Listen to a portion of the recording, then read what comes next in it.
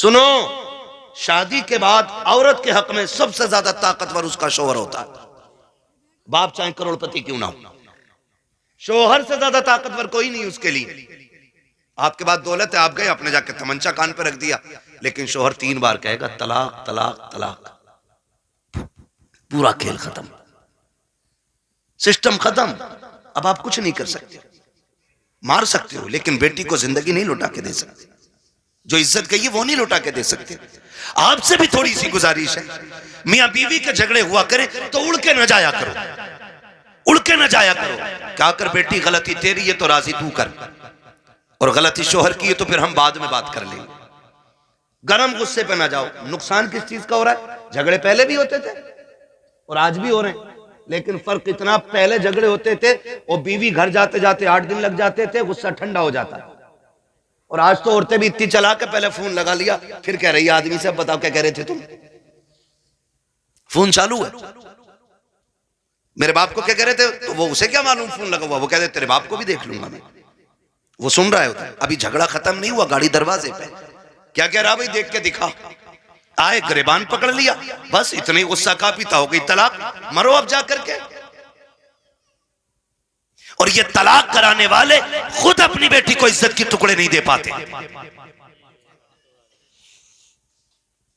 कई बेटियों की ये शिकायतें हमने सुनी है कि जब शौहर से झगड़ा हुआ सारे हमदर्द बन के गए थे, लेकिन आज 6 महीने हो गए हैं, कभी बाप कह देता बेटी दवा का पैसा नहीं है, कभी भाई कह देता बाद में सुनी जाएगी, कहती मौलाना अब क्या किया जाए, मेरे भाई मेरी बहनों मेरी बेटियों, आप मौलवी कुछ नहीं कर सकता है, जो भी करना था तुम्ही को करना था, तुम्हें मुस्तफा का अखलाक हासिल करना था, आका करीम का किरदार सीखना था। जिंदगी कैसे चलती है ये तुम्हें सीरियल नहीं बताएंगे, सीरियल घंटे 2 घंटे के होते हैं, जिंदगी 60 साल की होती है। इसे सीखने के लिए मुस्तफा की 63 साल जिंदगी पढ़ना पड़ेगी, आका का किरदार सीखना पड़ेगा, 60-70 साल की जिंदगी के लिए मुस्तफा को समझना पड़ेगा। याद रखिएगा, जो मुस्तफा की जिंदगी के मुताबिक जिंदगी गुजारते हैं उनकी दुनिया भी बेहतर हो जाती है, आखिरत भी बेहतर हो जाती है।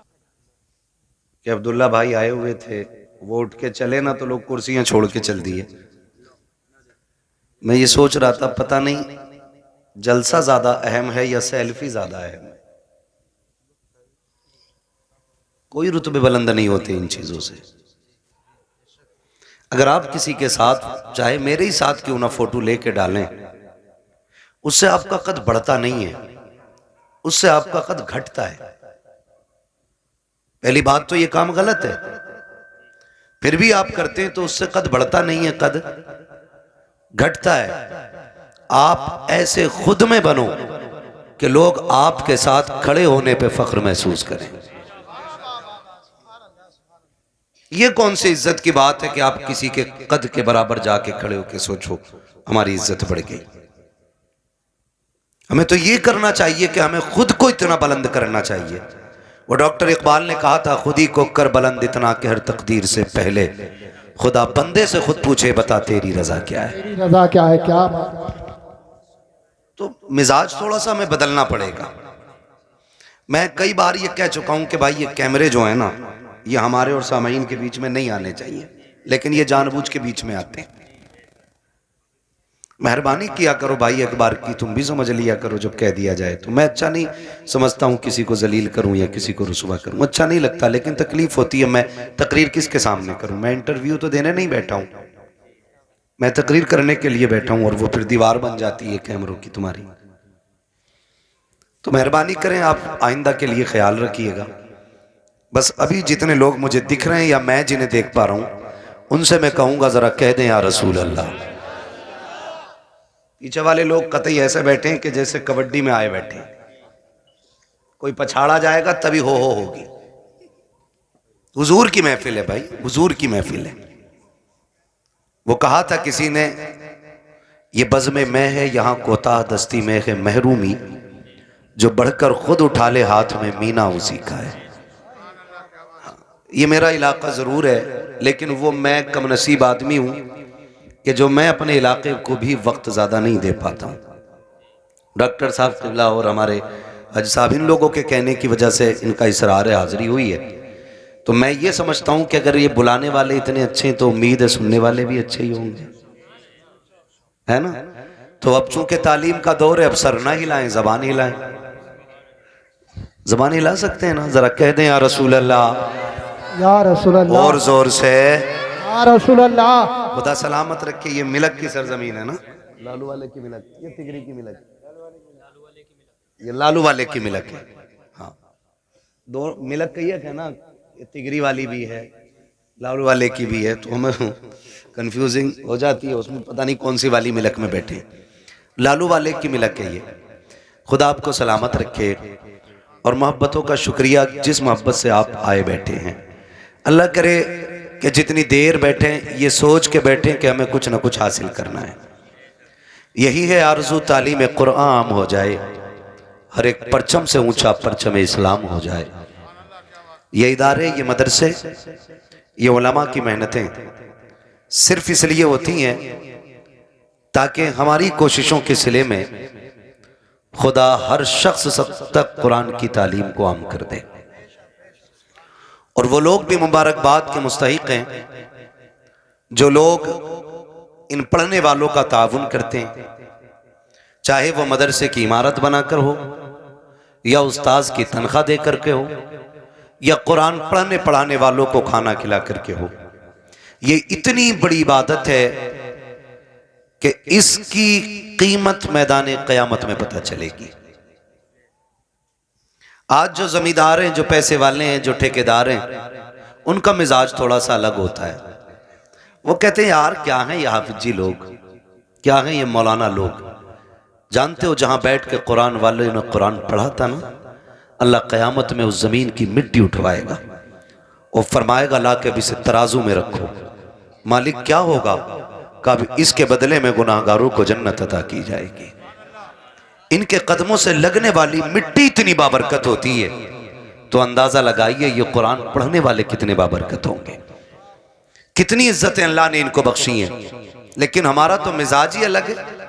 और एक बात समझ बैठी है हम लोग के जो होगा देखा जाएगा, देख लेंगे, जो होगा देखा जाएगा, अभी मौज कर लेने दो। ओ भाई, किसी के बाप में दम नहीं है जो तख्ते लगने के बाद कुछ देख पाए। औकात नहीं है जो कब्र के अंधेरे को उजाले में बदलने की ताकत रखता हो। कब्रिस्तान जाते हैं आप लोग, देखें कब्रिस्तान, गए होंगे कभी कव्वाली सुनने। अक्सर मेले भी ना कब्रिस्तानों में, भोजपुर में उरस होता, उर्स थोड़ी हो रहे, उरस हो रहे। हाँ, पूरा कब्रिस्तान तमाशों से भरा रहता है, कब्रों पे लोग चढ़े रहते हैं। गैरत आती है यार, हम तो हुजूर के उम्मती हैं, क्या हमें कब्रों के भी एहतराम नहीं रहे? जिस जमीन पे जूते उतार के चलने की इजाजत है, वहां कब्रिस्तान में कब्रों के ऊपर चढ़ बैठे। और कब्रिस्तान में भी कोई तिलावत नहीं है, उलमा बैठे। कब्रिस्तान में तो जोर से कुरान पढ़ने तक की इजाजत नहीं, और वहां कव्वालियां हो रही हैं, तमाशे हो रहे हैं, जूते पहन के गधे घोड़ों की तरह दौड़े जा रहे हैं। मरना नहीं है, आना नहीं है कब्रिस्तान में एक दिन, ख्याल नहीं है कुछ भी हमें। ओ भाई, कब्र वो जगह है जहां सबको आके लेटना है। और किसी की कब्र ऐसी नहीं होगी कि किसी की कब्र में ईंट लग गई और किसी की में सोना लग गया, किसी की में लोहा लग गया। कब्र सारी कच्ची होनी है। तजर्बा ना हो तो कर लेना, कब्रिस्तान जाओगे पता चल जाएगा। हुए नाम वरबे निशां कैसे कैसे, जमी खा गई आसमां कैसे कैसे। सुभान अल्लाह, सुभान अल्लाह। सभी को मरना है, लेकिन तैयारी कोई नहीं है, कोई तैयारी नहीं। और कई बार तो सीधे मदरसे वालों को लोग गालियां देते, ताने देते, तरह तरह की बातें करते। अगर मस्जिद का इमाम या मौलवी समझाने बैठ जाए ना, तो कहते हैं जी तब चलेंगे जब खुतबा होगा। मौलाना बहुत कड़वा बोलते हैं, खुतबे के टाइम मस्जिद में जाना है। हमारी कौम इतनी बेगैरत हो गई है, हमें खतीब भी वो चाहिए जो यहां बैठ के शेख चुल्ली की हरकतें पूरी अदा करें, जो मिंबरों पे बैठ के तमाशे करें, जिनकी बातों में मजाकें हों। हम इतने बेगैरत होते चले जा रहे हैं। इन महफिलों का मतलब यह होता था, अगर कोई गुनाह का आदी होता था तो महफिलों में आकर के तौबा करके उठा करता था। आज ये मकसद खत्म हो गए। कह रहा बड़ा मजा आया यार, वो तो माइक फेल कर गया, उसने तो साउंड उड़ा दिए, उसने तो पत्ते बजा दिए, कुछ नहीं बजने वाला। आज दम है ना सीने में, तो आज बज रहा है जो भी बज रहा है। आज ताकत है ना, आप भी बुला रहे हो, डॉक्टर साहब भी कह रहे हैं आ जाना। कल जब सांस फूलने लगेगी और बात भी एक सांस में पूरी नहीं होगी ना, तो फिर गैर तो गैर अपने भी 2 रोटी देने तैयार नहीं होते। ये दुनिया बड़ी बेवफा है, इसके धोखे में मत रहना। तुम जितना चाहो कमा लो, तुम्हारा कमाया हुआ रखा रह जाएगा, तुम्हारे बाद वाले मौज करेंगे, हिसाब तुम्हें देना पड़ेगा। ये याद रखो, मेरी कमाई का हिसाब मुझे देना है। खाएंगे बच्चे हिसाब में दूंगा, खाएंगे बच्चे हिसाब आप दोगे। तो जिंदगी ऐसी गुजार के जाओ कि जो हिसाब भी आसान हो जाए और कब्र की मंजिलें भी आसान हो जाए। हम किधर चलने लगे, हम किधर? नहीं जी, मौलवी साहब को हटाओ, इन्होंने तो मेरे जुए के बारे में बात कर दी, ये इमाम नहीं रहेगा। इसने मेरे सट्टे के खिलाफ बात की है, ये इमाम नहीं रहेगा। इसने ढोल के खिलाफ तकरीर की है। मेरा बेटा तो इकलौता ही था ना, मुझे तो आतिशबाजी करनी थी। और यार कई लोग कहते हैं कि शादी एक बार होती है, मैं कहता हूं भाई शादी एक बार होती है तो जिंदगी भी एक ही बार मिलती है। अभी से जैसे चाहो गुजार लो, इसे चाहो तो अल्लाह को राजी करके गुजार लो, और इसे चाहो तो अल्लाह को नाराज करके गुजार लो। माफ कीजिएगा, अगर मैं भी खड़ा कर लूं ना तो 90% नौजवानों को नमाज याद नहीं होगी। 100 में 90 लोगों को नमाज दुरुस्त याद नहीं होगी। ये कंडीशन है हमारी। और कुरान वाला आ जाए और बैठे हो हम लोग नीचे, तो कुरान वाले के लिए उठ के खड़ा नहीं हो सकता, क्योंकि ये मुखिया का बेटा है, ये प्रधान का बेटा है, ये ठेकेदार का बेटा है, ये जमींदार का बेटा है। लाओ दुनिया की सारी डिग्रियां उठा के ले आओ, वकालत भी ला के पल्ले में रखो, जजों के पूरे जजमेंट ला के रखो, दुनिया के बड़े बड़े लोगों की, प्रोफेसरों की तालीम ला के पल्ले में रखो, अमीरों की सारी दौलत ला के रखो, पैसे वालों का पैसा रखो, सोने वालों का सोना रखो, जितनी सारी दौलत दुनिया में है एक पल्ले में ला के रखो। मैं कुरान वाले के सीने की एक आयत लेके आता हूं, खुदा की कसम पूरी दुनिया की दौलत मिलकर के कुरान की एक आयत का मुकाबला नहीं कर सकती। धारे तकबीर, धारे रिसालत, बस लगे आला हजरत उलमाए सुन्नत हजरत अल्लामा मुफ्ती हम्माद साहब मुरादाबादी, धारे हैदरी जिंदाबाद जिंदाबाद। पढ़ें कुरान, पढ़ें नौजवानों, मरना है सबको, जनाजे उठते हैं हर उम्र में। ये कोई जरूरी नहीं है बाल सफेद होंगे तब बंदा मरेगा। हाँ, अब तो अक्सर बूढ़े बैठे रह जाते हैं, एक ही घर से 4-4 जवान चले जाते हैं, पता चला अभी दादा बैठा है, अभी बाप बैठा है, बेटे चले गए। गारंटी नहीं है, कोई गारंटी नहीं है। कब्र वो जगह है कि जिसको अंधेरे का घर कहा जाता है, जिसको कीड़ों का घर कहा जाता है, हाँ, जिसको बिच्छुओं का घर कहा जाता है, जिसको सांपों का घर कहा जाता है। ये तो करम है अल्लाह का, उसने मट्टी डाल के बंदों के ऐब छुपा दिए। अगर वो खोलने पे आ जाए तो बड़े अच्छे अच्छे मुंह नहीं दिखा सकते। हम किसी को क्या नीचा करेंगे? कोई कह दे यार दाढ़ी रख ले, तो कह रहा चलो तुम ही जन्नत में चले जाइयो। खेल समझ रखा जिंदगी को, तमाशा ही ये भी कोई। यकीन नहीं आता तुम्हें ना, जाओ हॉस्पिटलों में जाके देखो, ऑक्सीजन लगे पड़े मुंह पे, ऑक्सीजन, सांस नहीं ले पा रहे। दौलत जाके पूछना, कोई कहेगा ये करोड़पति लेटा है, कोई कहेगा ये अरबपति लेटा है। अगर दौलत ही सब कुछ होती ना तो मुंह पे ऑक्सीजन नहीं लगता। लेकिन अल्लाह दिखाता है, देख किस अकड़ में रहता था, आज मैंने तुझे सांस सांस के लिए मोहताज कर दिया है। जब जवानी थी, जब ताकत थी ना, तो बोलता था ना, अरे जाओ देख लेंगे, जाओ देखा जाएगा। क्या कब्र में देखेगा?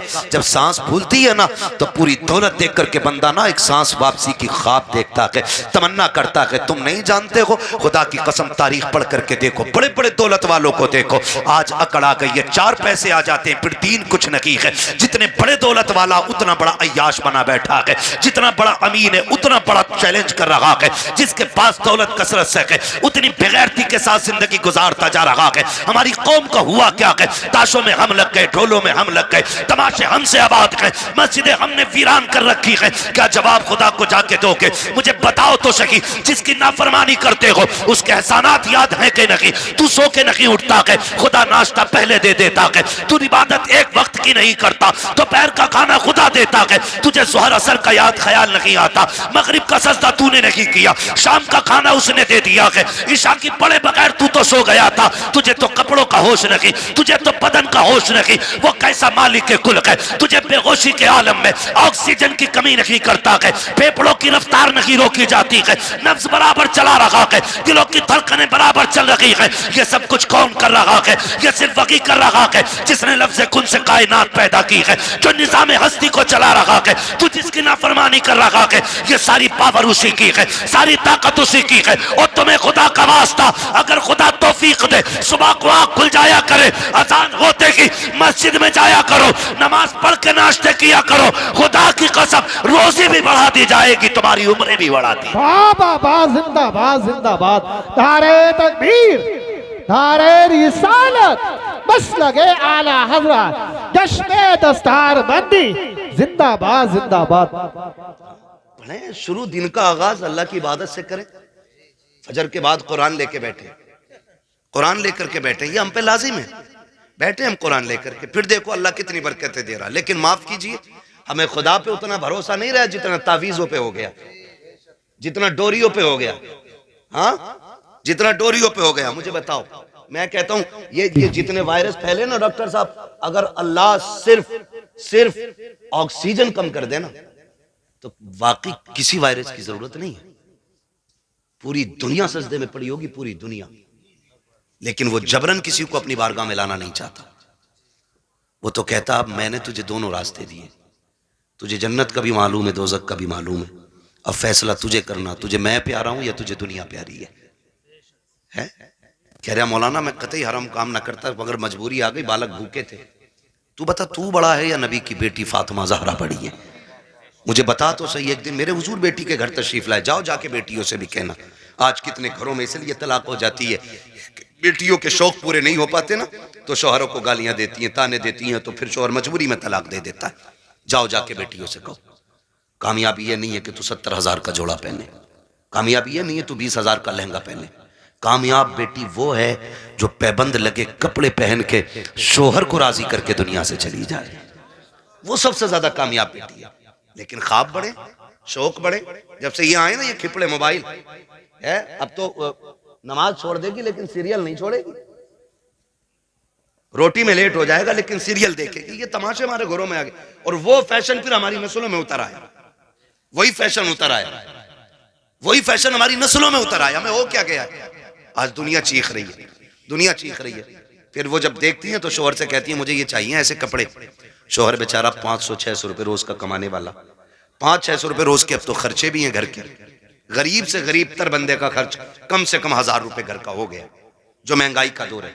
मेरी बेटी मेरी बहन, अगर शोहर 600 रुपए कमा के ला रहे, बता बच्चों का पेट भरे या तेरे शौक पूरे करे। खुदारा इन शौकों का गला घोटो, जिंदगी इसका नाम नहीं है। एक दिन मेरे हुजूर बेटी के घर तशरीफ लाए, जब बेटी के घर तशरीफ लाए दरवाजे पे दस्तक दी, आवाज आई मन दक्कल बाब। दरवाजा किसने बजाया? हुजूर फरमाते हैं अना मोहम्मदुर रसूलुल्लाह। बेटी मैं तुम्हारा वालिद आया हूँ। कहती है हुजूर अकेले हैं या कोई साथ में?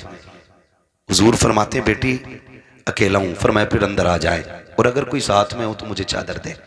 हुजूर अंदर तशरीफ लाए, बेटी मुसल्ले पे बैठी है, सुने कान खोल के। जब अंदर आए बेटी मुसल्ले पे बैठी है, हुजूर के इस्तकबाल में उठ के खड़ी हुई, कदम कांप गए, कदम काट गए। मैं किसकी बात कर रहा हूँ? खातून जन्नत, जिनको जन्नती औरतों की मलका बनाया गया है। हाँ, जिनकी सरदारी का वादा मेरे हुजूर ने ले लिया, मैं उनकी बात कर रहा हूँ। आज के घर की बात नहीं। आज कोई मौलवी की बेटी, कोई किसान की, कोई प्रधान की, कोई जमींदार की, कोई चौकीदार की, आज मुस्तफा की बेटी नहीं है। लेकिन मिजाज फिर भी आज के देखिए और कल की बात देखिए। खड़ी हुई मुसल्ले पे, हुजूर फरमाते हैं फातिमा ये बात क्यों कही, कोई हो तो चादर दे दे और ना हो तो अंदर आ जाए। कहती हैं अब बाबा जो दुपट्टा मैंने ओढ़ रखा है ना इसके पैबंद खुल गए हैं, कोई और होता तो मैं इसके ऊपर से आपकी चादर डालती, लेकिन बाप है और बाप बेटी का पर्दा क्या। जब आए ना तो बेटी कांपी, गिरने लगी। हुजूर ने बेटी को संभाला। फरमाते फातिमा खैर तो है। कहती या रसूलल्लाह फाकों से कमजोरी इतनी आ गई है कि खड़ा नहीं हुआ जाता। हुजूर की आंखों में आंसू आ गए। फातिमा क्या चाहती है? महबूब बेटी तेरी और इतने फाके। मेरे नबी ने फरमाया बेटी मुसल्ले का कोना हटा।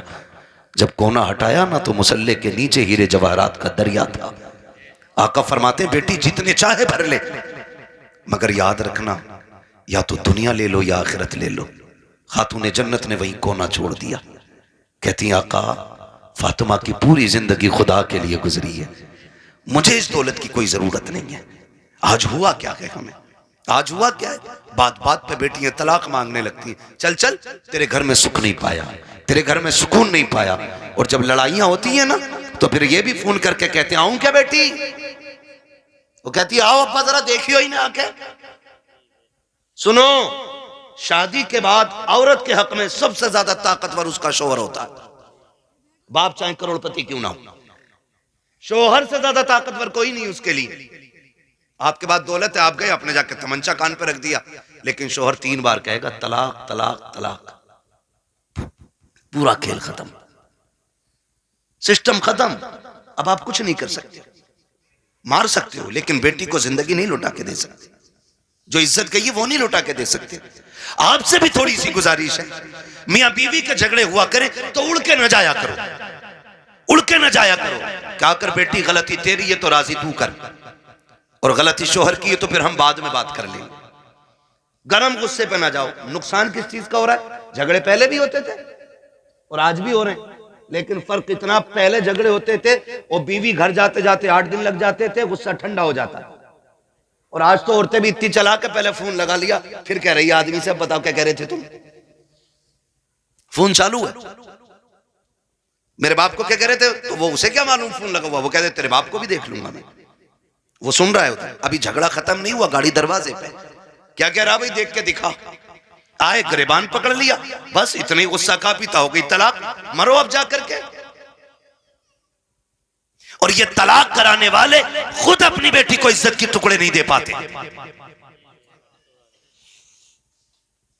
कई बेटियों की ये शिकायतें हमने सुनी है कि जब शौहर से झगड़ा हुआ सारे हमदर्द बन के गए थे, लेकिन आज 6 महीने हो गए हैं। कभी बाप कह देता बेटी दवा का पैसा नकी है, कभी भाई कह देता बाद में सुनी जाएगी। कहती मौलाना अब क्या किया जाए, मेरे भाई मेरी बहनों मेरी बेटियों, आप मौलवी कुछ नहीं कर सकता है, जो भी करना था तुम्ही को करना था, तुम्हें मुस्तफा का अखलाक हासिल करना था, आका करीम का किरदार सीखना था। जिंदगी कैसे चलती है ये तुम्हें सीरियल नहीं बताएंगे, सीरियल घंटे 2 घंटे के होते हैं, जिंदगी 60 साल की होती है। इसे सीखने के लिए मुस्तफा की 63 साल जिंदगी पढ़ना पड़ेगी, आका का किरदार सीखना पड़ेगा। 60-70 साल की जिंदगी के लिए मुस्तफा को समझना पड़ेगा। याद रखिएगा जो मुस्तफा की जिंदगी के मुताबिक जिंदगी गुजारते हैं उनकी दुनिया भी बेहतर हो जाती है, आखिरत भी बेहतर हो जाती है। बाबा जिंदाबाद जिंदाबाद, नारे तकबीर, नारे रिसालत जिंदाबाद। कोशिश करें हुजूर की जिंदगी सीखें, लेकिन दिल के पपोले जल उठे सीने के दाग से, इस घर को आग लग गई घर के चिराग से। माफ कीजिएगा, हमारी कौम को जितना शौक नाचने और कूदने का है ना, उतना अल्लाह रसूल की बातों का शौक नहीं है। हाँ, उतना शौक नहीं है। हमारे इलाके में अक्सर 2-4 जगहें ऐसी हैं जहां पे ढोल तबंगर तमाशे सब कुछ हो रहे। क्यों हो रहे हैं? क्या ये जायज है? मुझे जरा दिल पे हाथ रख के बताओ। मजार बना है ये मेरे सामने दिख रहा है मुझे, मजार है। ये जो अल्लाह वालों के मजार बने ये क्यों बने? क्या ये तमाशे करते थे? इनके गलों में ढोलक लटकी रहती थी? मजार उनके बने हैं जिन्होंने रातें भी जाग के गुजारी हैं, दिन रोजों में गुजारे हैं। इबादत करने वालों के मजार बने और उनके मजार पे पक्के पक्के शराबी बेनमाजी आते हैं। है? एक की दाढ़ी नहीं होती और कह रहा मुझे चढ़ गया चिश्ती रंग रंग। ये रंग है चिश्ती? एक वक्त मस्जिद में जाने की तौफीक नहीं, वो कह रहा है मुझे चढ़ गया चिश्ती रंग रंग। ये चिश्ती रंग है? ये शैतानी रंग है तुम्हारा, ये इब्लीसी रंग है। रंग चढ़ा था अबू बकर पे, रंग चढ़ा था मेरे नबी का उमर पे, रंग चढ़ा था उस्मान गनी पे, रंग चढ़ा था मौला अली पे। बाबा बाबा जिंदाबाद। इन लोगों पे रंग चढ़े, ये लोग हैं अल्लाह वाले। आज तमाशे माफ कीजिए, हाथ जोड़ के कह रहा हूं, बुरी लगे लगे, मैं आईना हूं दिखाऊंगा दाग चेहरे के, जिसे खराब लगे सामने से हट जाए। मैं चापलूसी करके, डॉक्टर साहब ने बुलाया, साहब के हुक्म था, कारी साहब कबीला की मेहनत है, तो मैं इसलिए नहीं आया हूं तुम्हारी चापलूसी करके पैसा बटोर के निकल लूं।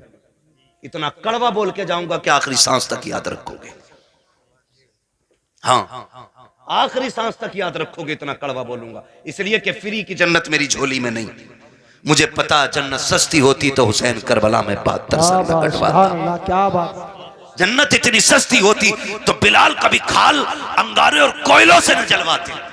जन्नत मुश्किल थी ना, तभी तो अंगारों पे जलाए गए।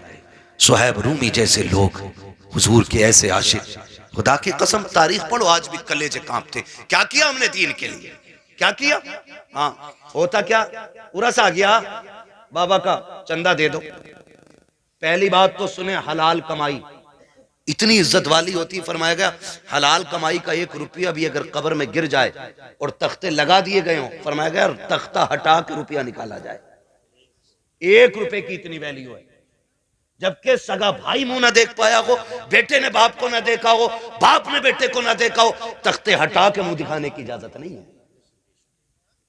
लेकिन रुपया निकालने का हुक्म है। तेरे रुपए की इतनी अहमियत है इस्लाम की नजर में, हमारी नजर में कितनी अहमियत है। उर्स आ रहा बाबा का, ठीक है उर्स करो, लेकिन शरीयत के दायरे में करो। उर्सों से मुखालफत नहीं, तुम्हारे तमाशों से तकलीफ है। सुन सकते हैं कड़वी बातें, बोलूं जरा मैं? मेरे सामने नौजवान बैठे, जवान बिगड़ते हैं तो बच्चे इनकी उंगली पकड़ के मेलों में जाते हैं। आज 28 साल का मेले में गया तो 8 साल का उंगली पकड़ के गया, कल ये 28 का होगा, 8 के को पकड़ के ये ले जाएगा। ऐसे ही उसूल चलता रहेगा और तुम जाहिल के जाहिल रह जाओगे, कभी तरक्की नहीं कर पाओगे। ये हालत हमारी रहेगी, याद रखना। उर्स आ रहा साहब, बड़ी धूमधाम से चादर घूम रही है, चंदा हो रहा, ठीक है करो। फिर क्या होता, कव्वाला आ रहा, नाम नहीं बताऊंगा, पूरा लग जाता लोगों को। मेरा नाम माइक में लिया था भाई, कव्वाला आ रहा, कौन है ना, फना आ रहा है। अच्छा, फिर तो सारे ही दीनदार होंगे कि ना। जवाब के लिए एक लेडीज भी बुलाई है। इतना बड़ा मजमा मेरे सामने बैठा है, दिल पे हाथ रख के बताए, हम में से कौन इतना बेगैरत है जो अपनी बहन बेटी को दूसरे के सामने स्टेज पे नचाना पसंद करता हो? है कोई इतनी बड़ी भीड़ में जो अपनी बहन बेटी के बारे में ये चाहे कि मेरी बेटी 4 लोगों के सामने कपड़े उतार के ना चले? हम तो अपने घर के अंदर इतने गैरत वाले बनते हैं कि बेटी के सर से दुपट्टा भी उतरने नहीं देते। जब हमें अपनी बेटी के बारे में इतनी गैरत आती है तो फिर वो जो आके स्टेज पे बैठी, वो भी तो किसी की बेटी होगी ना।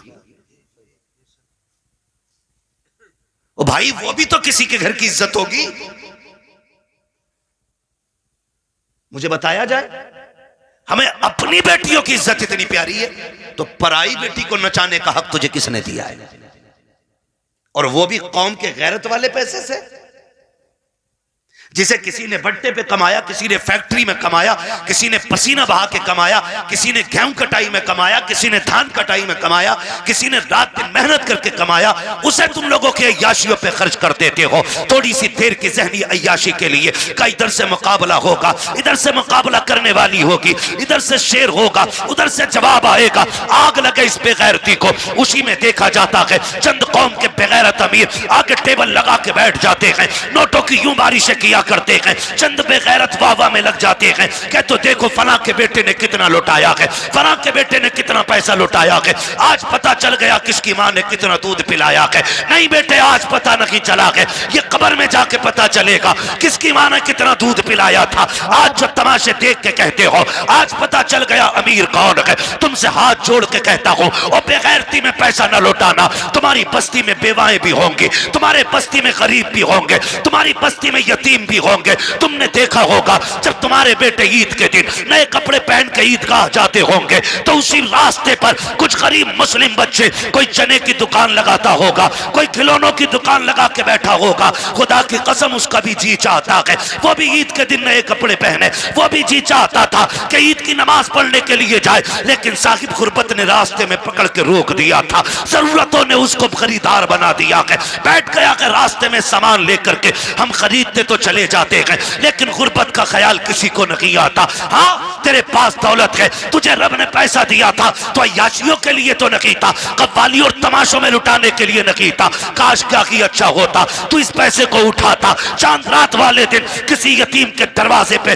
रात के अंधेरे में अंदर डाल के आ जाता, पर्चा बना के डाल देता। ईद सिर्फ मेरी नहीं है, ईद तुम्हारी भी है, इससे तुम भी ईद मनाना। खुदा की कसम, अगर उस पैसे से किसी गरीब की ईद हो जाती, तू कब्र में बाद में जाता, मदीने वाला तेरी कब्र में पहले तशरीफ। जिंदाबाद जिंदाबाद, बहुत अच्छी हजरत, जिंदाबाद जिंदाबाद।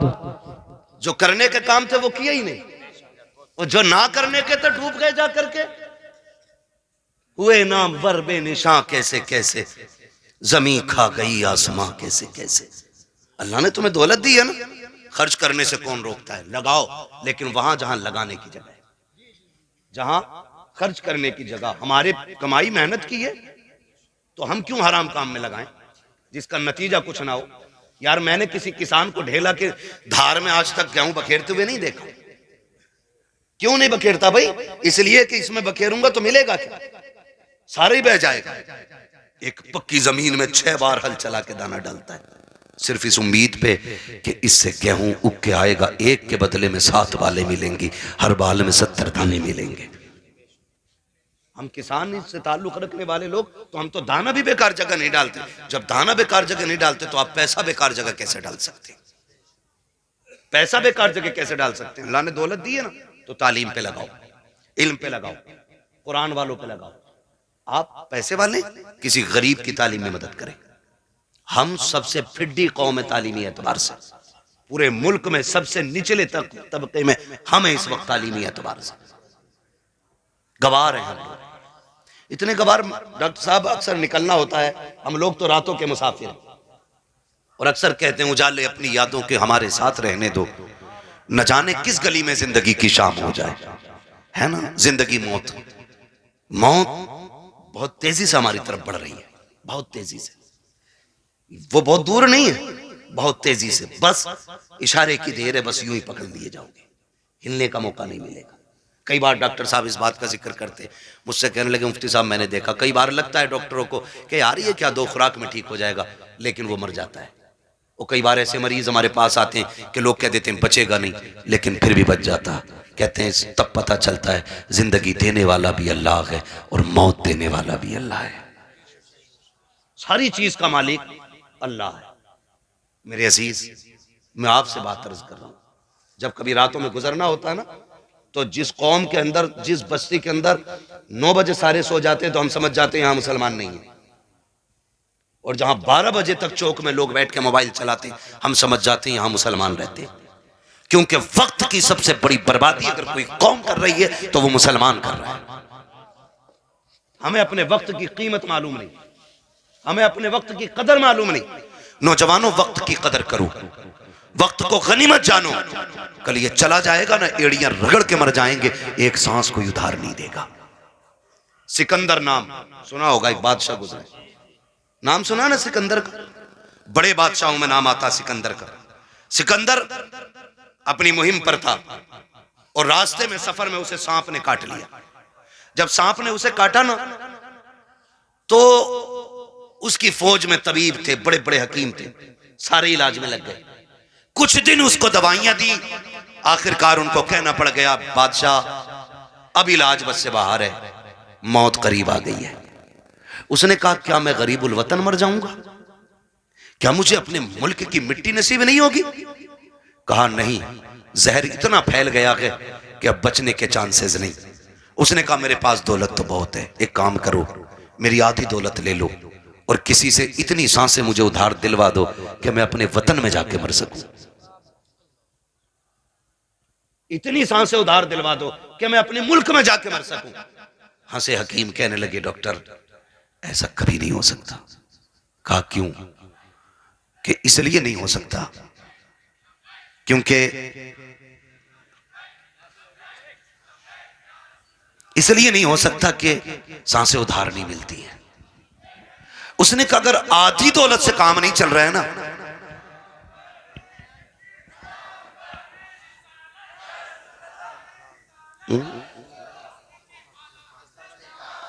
अगर आधी सांसों से भी, उसने कहा अगर आधी दौलत से काम नहीं चल रहा है ना, तो कहा फिर ऐसा करो मेरी पूरी दौलत उठा लो। तवज्जो है सारे लोगों की? तवज्जो करें जरा मेरी तरफ देखें। उसने कहा अगर आधी दौलत से सांसें नहीं मिल रही ना, तो उसने कहा मेरी सारी दौलत ले लो, मेरी सारी दौलत ले लो, लेकिन इतनी सांसें मुझे दिलवा दो कि मैं अपने वतन में जाके मर सकूं। भाई शांति से आके बैठ जाओ। उसने कहा इतनी सांसें मुझे दिलवा दो कि मैं अपने वतन में जाके मर सकूं। तो उसने कहा बादशाह पूरी दौलत लेकर भी तुझे एक सांस कोई उधार नहीं दे सकता। उसने कहा फिर सुनो, अगर मेरी दौलत किसी काम की नहीं है ना, तो फिर एक काम करना, मैं मर जाऊं ना तो मेरे हाथ कफन के बाहर निकाल देना। क्या करना है?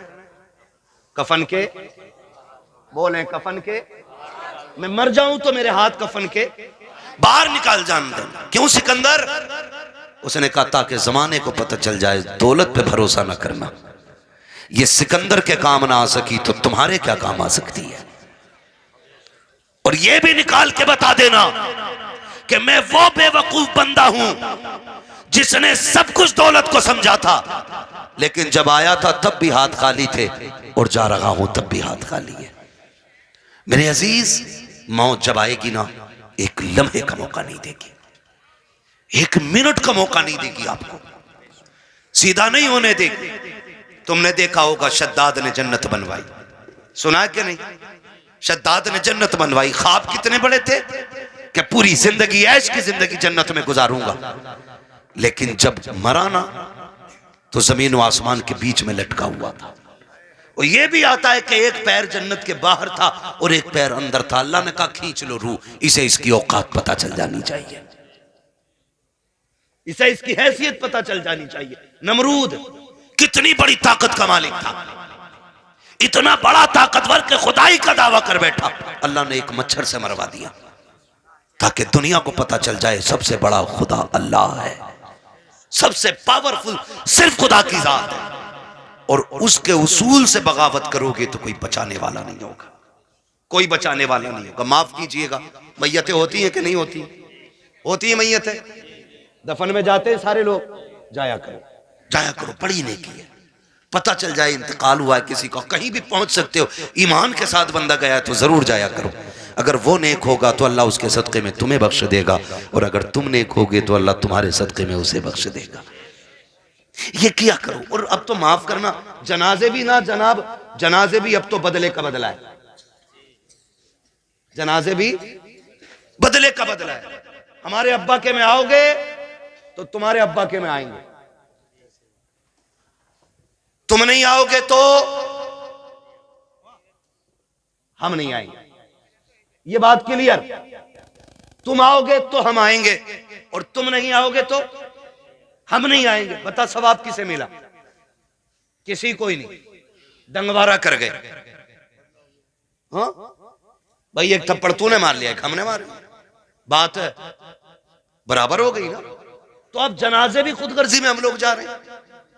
और माफ कीजिएगा, जनाजा अमीर का होता तो भीड़ देखने मिलती है, और जनाजा गरीब का होता तो लोग कंधा भी नहीं देना चाहते। जन्नत दौलत और गुर्बत पे टिकी हुई नहीं है, ये याद रखना। अगर ये लगता है कि अमीर के जनाजे को कंधा देने में ज्यादा सवाब है तो ये सबसे बड़ा धोखा है। मैं तो कहता हूं कंधा उसे जाके जल्दी दिया करो जिसे कोई कंधा देने तैयार ना हो, उसे पहले कंधा दिया करो दौड़ के, जिसका जनाजा कोई उठाने वाला ना हो। क्योंकि तुम नहीं जानते हो जिसके जनाजे को भीड़ लगी है ना, लगता है ये दिखावे करके गया है, हमारे जैसा उसका शोरा टीप टाप रही होगी, लेकिन जिसे कंधा कोई नहीं दे रहा है ना, तो समझ जाओ हो सकता है इसने रातों में इबादत की हो, इसने तब रब को आवाज दी हो जब कोई ना देख रहा हो, इसलिए लोग इसे कंधा देने तैयार नहीं। तो फैसला जो है ना भीड़ का, ये अंदाजा लगाना कि कंधा उसको दौड़ के दो जिसे कोई कंधा ना दे रहा हो, मिट्टी दो। अब तो वक्त नहीं है, माफ कीजिएगा, हालात ये हो गए कि जनाजे को मिट्टी देनी तो बड़ी बात है, नमाज पढ़ के आधे निकल लेते। तो मसरूफी इतने हो गए, टाइम किसके पास है मिट्टी तक जाने का है? दुआ अजी मिट्टी डाल दे 3 मुट्ठी बड़ी बात है। कह रहे आप बैल खुले हुए छोड़ आया, दुकान खुली रह गई, एक दिन आएगा मेरे लाल आंखें खुली रह जाएंगी। आज दुकान खुली है, बैल खुले, कल आंखें खुली रह जाएंगी। हाँ, वासिफ अली वासिफ ने जब किसी को खाना दिया ना भूखे को, तो पूछा था किसी ने क्या कर रहे हो, तो उसने कहा था यार कुछ नहीं, अपने जनाजे की भीड़ इकट्ठी कर रहा हूं। इतने अच्छे काम कर जाओ, लोग तुम्हारे जनाजों में शरीक होने लगे, जनाजों में शरीक होने लगे। अल्लाह से लंबी दुआएं मांगा करो रो रो के, मालिक जिंदगी अच्छी कर दे ताकि मौत भी अच्छी हो जाए, ये मांगा करो अल्लाह से। आज तो डरी कोई नहीं, डरी कोई नहीं, तो जब मौतें होती है नहीं होती, बोलो यार, बोल सकते हो तो बोलो, है ना, होती है कि नहीं मौतें? लोग मरते हैं, जिन्हें यकीन ना हो अल्लाह उन्हें दिखा दे जल्दी कि लोग कैसे मरते हैं। डर गए? लोग मरते हुए देखें कि नहीं? बोलो यार, जोर से बोल दोगे तो कोई मुंह का रसगुल्ला नहीं गिर जाएगा। मरते हुए देखे ना लोग, मौत के भी अलग अलग तरीके।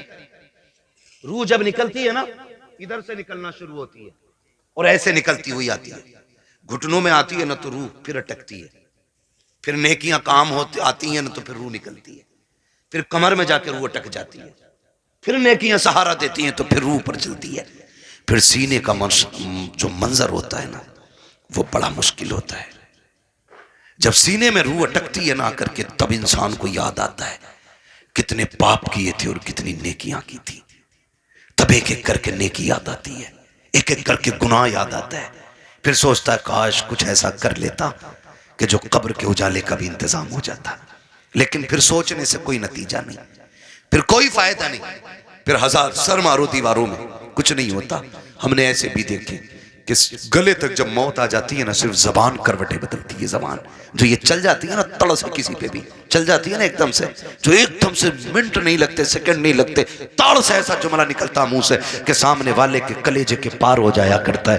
तीर के दिए हुए जख्म भर जाते हैं यार, जबान के दिए हुए जख्म नहीं भरा करते हैं। जब बेटा अपने बाप से कहता है ना तेरी औकात क्या, तूने क्या किया था, तूने तो हमें से बड़ा कर दिया, ये जो संपत्ति है ना ये मेरी मेहनत की है। तो याद रखना ये जुमले बाप के कलेजे चीर देते हैं, ये जुमले माँ के कलेजे के टुकड़े टुकड़े कर देते हैं। ये जबान जो आसानी से चल गई थी ना बहनों से कि भीख लेने आ जाया करती है, तेरा है क्या इस जायदाद में, कभी ये ताने ना दिया करो, इसे संभाल के रखा करो। अगर ये गलत चल जाती है इंसान को दोज़ख में पहुंचा देती है, अगर ये सलामती से चलती है तो बंदे को जन्नत तक पहुंचा दिया करो।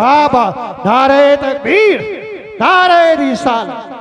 बस मैं चंद बातें कर ले रहा हूँ। खुदा जबान सही करें, अपनी जबान सही करें, इसे संभाल के बोला करें, जबान संभाल के बोला करें, तड़ से किसी को गाली ना दे, ऐसा जुमला ना बोले कि किसी के कलेजे के पार हो जाए।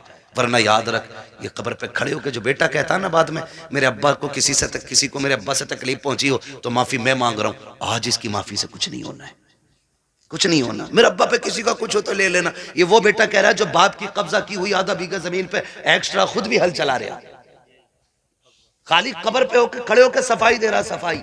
अगर इसके मन में देने की होती ना, पहले वो वाली बांट के आता जो अब्बा ने हराम की छीनी थी। अब्बा ने सगे भाई की 5 बीसे फालतू जोत रखी है और बेटे को पता ये कब्जा किया हमने, पहले वो निकाल के दे जो अब्बा ने हराम की ली थी। बेटे से कहो वाली देखे ना ये तो अब्बा ही हिसाब देंगे। तो कब्र पे खड़े होके अच्छा ना बना। अब सांस बंद हो गई, रजिस्टर बंद, अब तो कब्र जाने और कब्र वाला जाने। अब आया है ना अंदर, जमीन कहेगी आज तेल निकालूंगी। तूने मेरी खातिर अपने सगे भाई को कचहरियों में घसीटा, मेरी खातिर तूने फला रिश्तेदार को जलील किया। आ तुझे तेरी औकात दिखाऊं। जब रगड़ेगी ना तो सुरमा बना देगी, सुरमा, कोई बचाने वाला नहीं होगा। तुम तो इस खुशी में बेखुशी में ये भूले बैठे हो कि तीजा हो गया है, बंदा जन्नत में पहुंच गया होगा, 40वां हो गया जन्नत में पहुंच गया। हुकूकुल इबाद का मामला इतना सख्त है मेरे अजीज, तुम एक नहीं, सैकड़ों नहीं, हजारों तीजे 40वें करा लो। अगर किसी भाई का हक लेके जा रहे हो, अल्लाह उस वक्त तक जन्नत नहीं देगा जब तक एक भाई का तुमसे हिसाब बराबर नहीं करा ले। ये याद रखना, धोखे में मत रहना।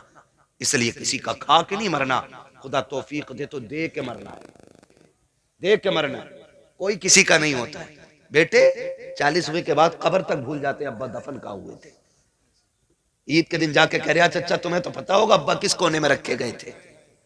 ये पूछ रही है औलाद आज की, ये पूछ रही है। आज के दौर में अगर कब्रों को निशान भूल गए हम, तो क्या लगता आने वाली नस्लों को हमारी कब्रें याद रहेंगे? उन्हें तो कब्रिस्तान तक याद नहीं रहेंगे हैं किधर। इसलिए खुदारा आखिरत की तैयारी खुद से करें, अपने आप से करें। अपने पीछे कुरान पढ़ने वाले छोड़ दें, अपने पीछे कुरान पढ़ने वाले छोड़ दें।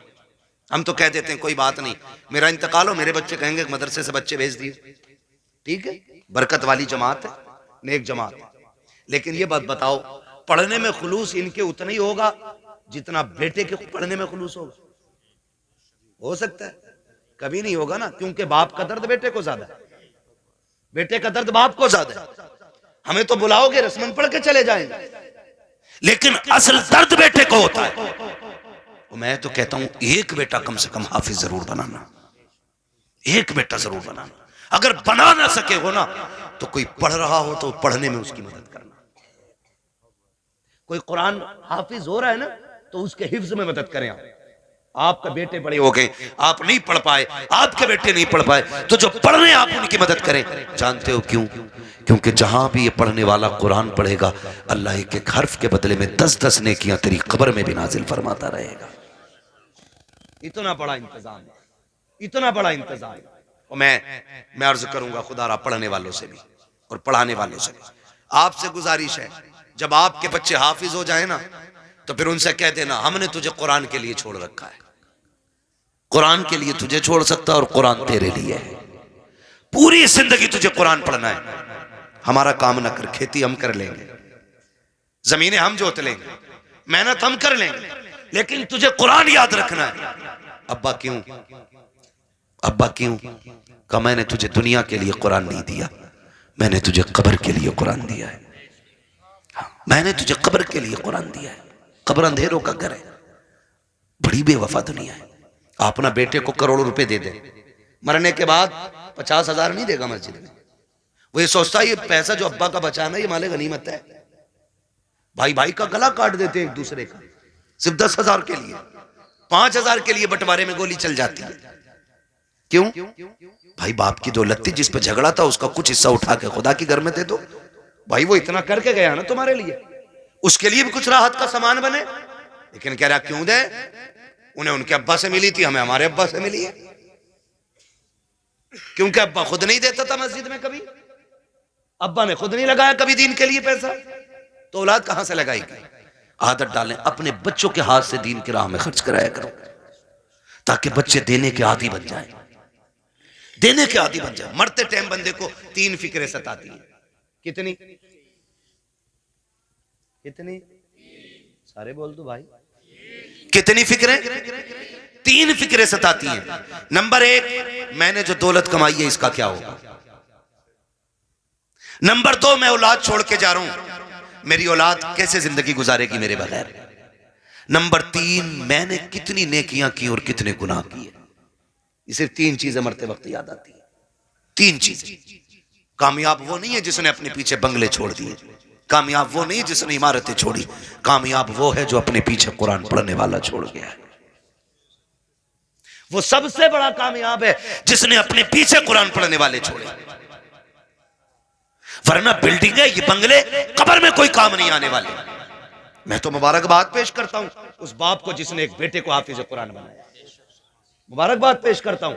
ये 500 रुपए रोज कमा सकते थे, कोई कमी नहीं है जवानी में, कमा सकते थे, लेकिन उस बाप को सलाम जिसने कहा बेटे तेरे हिस्से की मजदूरी हम करेंगे, हमारे हिस्से का कुरान तुझे याद करके आना है। वो माए मुबारकबाद के मुस्तहिक हैं जिन्होंने उन बच्चों को दूध पिलाया है कि जो बदले में माँ को दूध के बदले में जन्नत का टिकट देने वाले हैं। वो बहनें मुबारकबाद के मुस्तहिक हैं जिन्होंने ऐसे भाइयों की खिदमत की है कि जो बहनों को बदले में जन्नत के जाने का रास्ता आसान करेंगे। ये मुबारकबाद के मुस्तहिक हैं माँ बाप। आज होता क्या है, आज जवान हो जाए बेटा और माँ बाप को दौलत का लालच पड़ जाता है। उन बापों को सलाम करता हूँ जो पूरी जिंदगी बच्चों को कुरान के नाम वक्फ कर देते हैं। और क्या मिला इनके बदले में? पूरी जिंदगी बाप मजदूरी करता रहा, कुछ भी तो नहीं मिला। बेटा कुरान पढ़ता रहा, कोई सिला नहीं मिल सका। बस किस दिन के इंतजार में, काश मैं मरूंगा तो इसका कुरान काम आएगा, ये बेटा काम आएगा। बेटों से भी गुजारिश है, सुनो भाइयों, अगर रब ने तुम्हें कुरान की दौलत दी है, बाप ने मेहनत मजदूरी करके तुम्हें कुरान का कारी बनाया है, तो मेरी बात कान खोल करके सुन लेना। जब दुनिया बाप के जनाजे में जा रही हो, तुम भी जनाजे में जा रहे होगे। लोग आखिरी तख्ता दे करके बड़ी तेजी से मिट्टी डाल के लौट आएंगे। कोई कहता कि गर्मी ज्यादा है, खड़ा नहीं हुआ जाता है। कोई कहेगा सर्दी ज्यादा है, ठंड लग रही है। ये कह के लोग पलट आएंगे, कब्र में तुम्हारा बाप अकेला रह जाएगा। तो तुम्हें खुदा का वास्ता, एक कुरान पढ़ने वालों, तुम्हें उठ के नहीं आना है। जब सारे चले जाएं, तुझे बाप की कब्र पे बैठना है और कहना है अब्बा पूरी जिंदगी तूने कुरान पढ़ाया, खुद मजदूरियां करता रहा, मेरे हिस्से के धक्के तूने खाए हैं, मेरे हिस्से की गालियां तूने सुनी है, कभी चैन से सो ना सका, रात को ओवर टाइम ड्यूटी इसलिए करता रहा ताकि मैं कुरान ठीक से पढ़ सकूं। मैं कुरान का कारी बन गया, फिर भी तुझे जरूरत मजदूरी के अड्डों पे ले जाती रही, तुझे फिर कुरान पढ़ने की मोहलत ना मिली, मुझे मदरसों ने फुर्सत ना दी, तुझे जरूरत बाजार ले गई, तू मजदूरियां करता रहा। जो कुरान तूने पढ़ाया था, एक बार बैठ के पूरा कुरान ना सुन सका।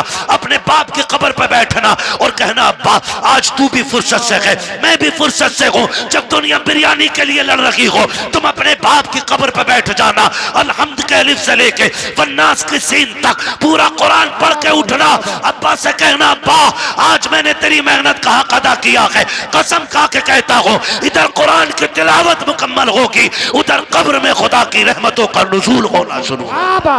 नारे तकबीर, नारे रिसालत, बस लगे आला हजरत, उलमाए ले सुन्नत, ख्वाजा का हिंदुस्तान, मिलक्का सुन्नी मुसलमान, हजरत अल्लामा मुफ्ती अब्बास साई किबला जिंदाबाद जिंदाबाद। करेंगे इंशाअल्लाह, पढ़ाएंगे बच्चों को कुरान, वादा करें इंशाअल्लाह।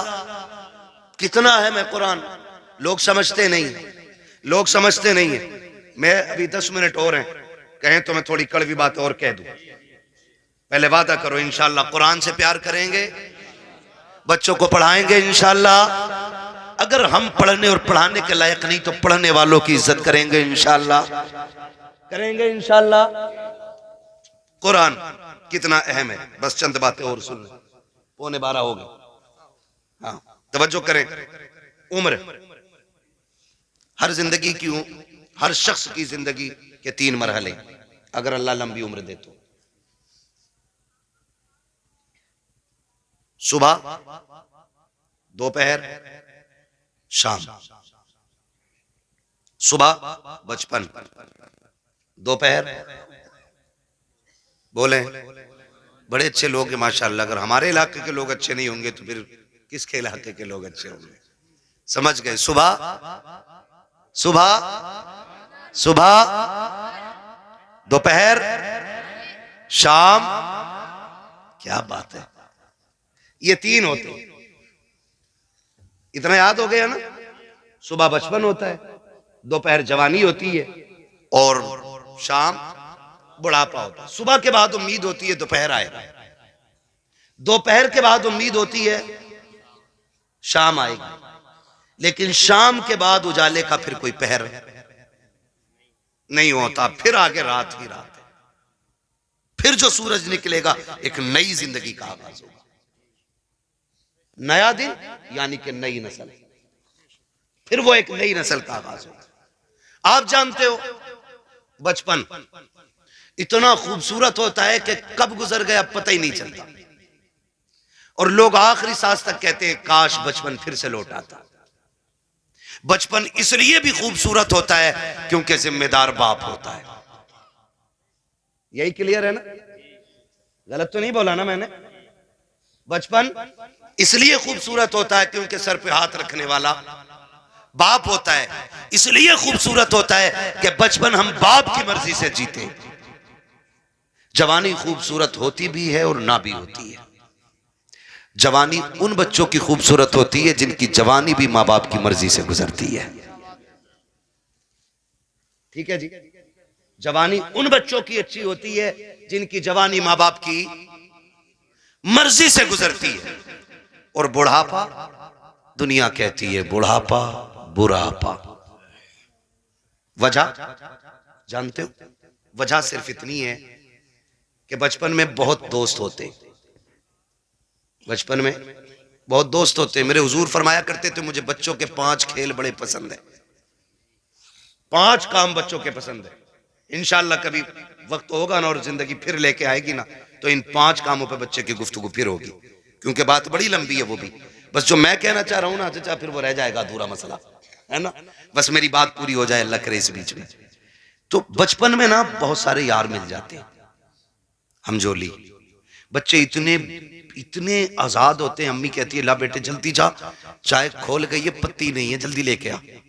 गया सुबह चाय पत्ती लेने, दोपहर के टाइम लौट रहे हैं। हाँ, क्योंकि ये बचपन है और इसी को बचपन कहते हैं। ये आजाद जिंदगी है, पके ना पके चाय हम तो तमाशा देखेंगे। बच्चे गए, कोई आ गया डुगडुगी वाला, वहीं लग गए। अब अम्मा परेशान है, चाय दोपहर तक पकती रही। ये है ना, ये आजादी होती है बचपन की। और बचपन के यार बड़े सच्चे होते हैं। अभी लड़ेंगे, कल किसी पंचायत के बगैर फिर एक हो जाएंगे। ना कोई मुकदमा, ना कोई बहस, ना कोई पंच, ना कोई पंचायत। आज लड़के गए थे, सुबह फिर गले मिल जाते। इतना आजाद बचपना। और जवानी, जवानी में जिसके पास पैसा है उसके 1000 यार है। बस समझ गए ना? 2 चीजें, वक्त और पैसा जिसके पास है ना उसके 1000 यार मिलेंगे। यानी यार उन्हीं के ज्यादा मिलेंगे जो बर्बाद हैं खुद भी और दूसरों को भी बर्बाद करेंगे। ये दूसरे लफ्ज मैंने बोले। भाई जिसके पास फालतू वक्त है, कोई काम नहीं है, तो वो दूसरों को भी ठलुआ बना के बैठाएगा। जो बंदा 4 पैसे कमाता, कई काम से लगता, बच्चों को हलाल रोजी खिलाता, दुकान बंद, वो भी बैठा उसके साथ। और बातें चौक में बैठेंगे, करे किसकी बन रही है अब के, उसकी इतनी सीटें निकल रही हैं, नहीं अब के उसकी बनवा रहे हैं हम। जिससे अपना घर नहीं चलता वो मुल्क चलाने की बात करता है। सही कह रहा हूं? ये फालतू की बातें नहीं है तो और क्या।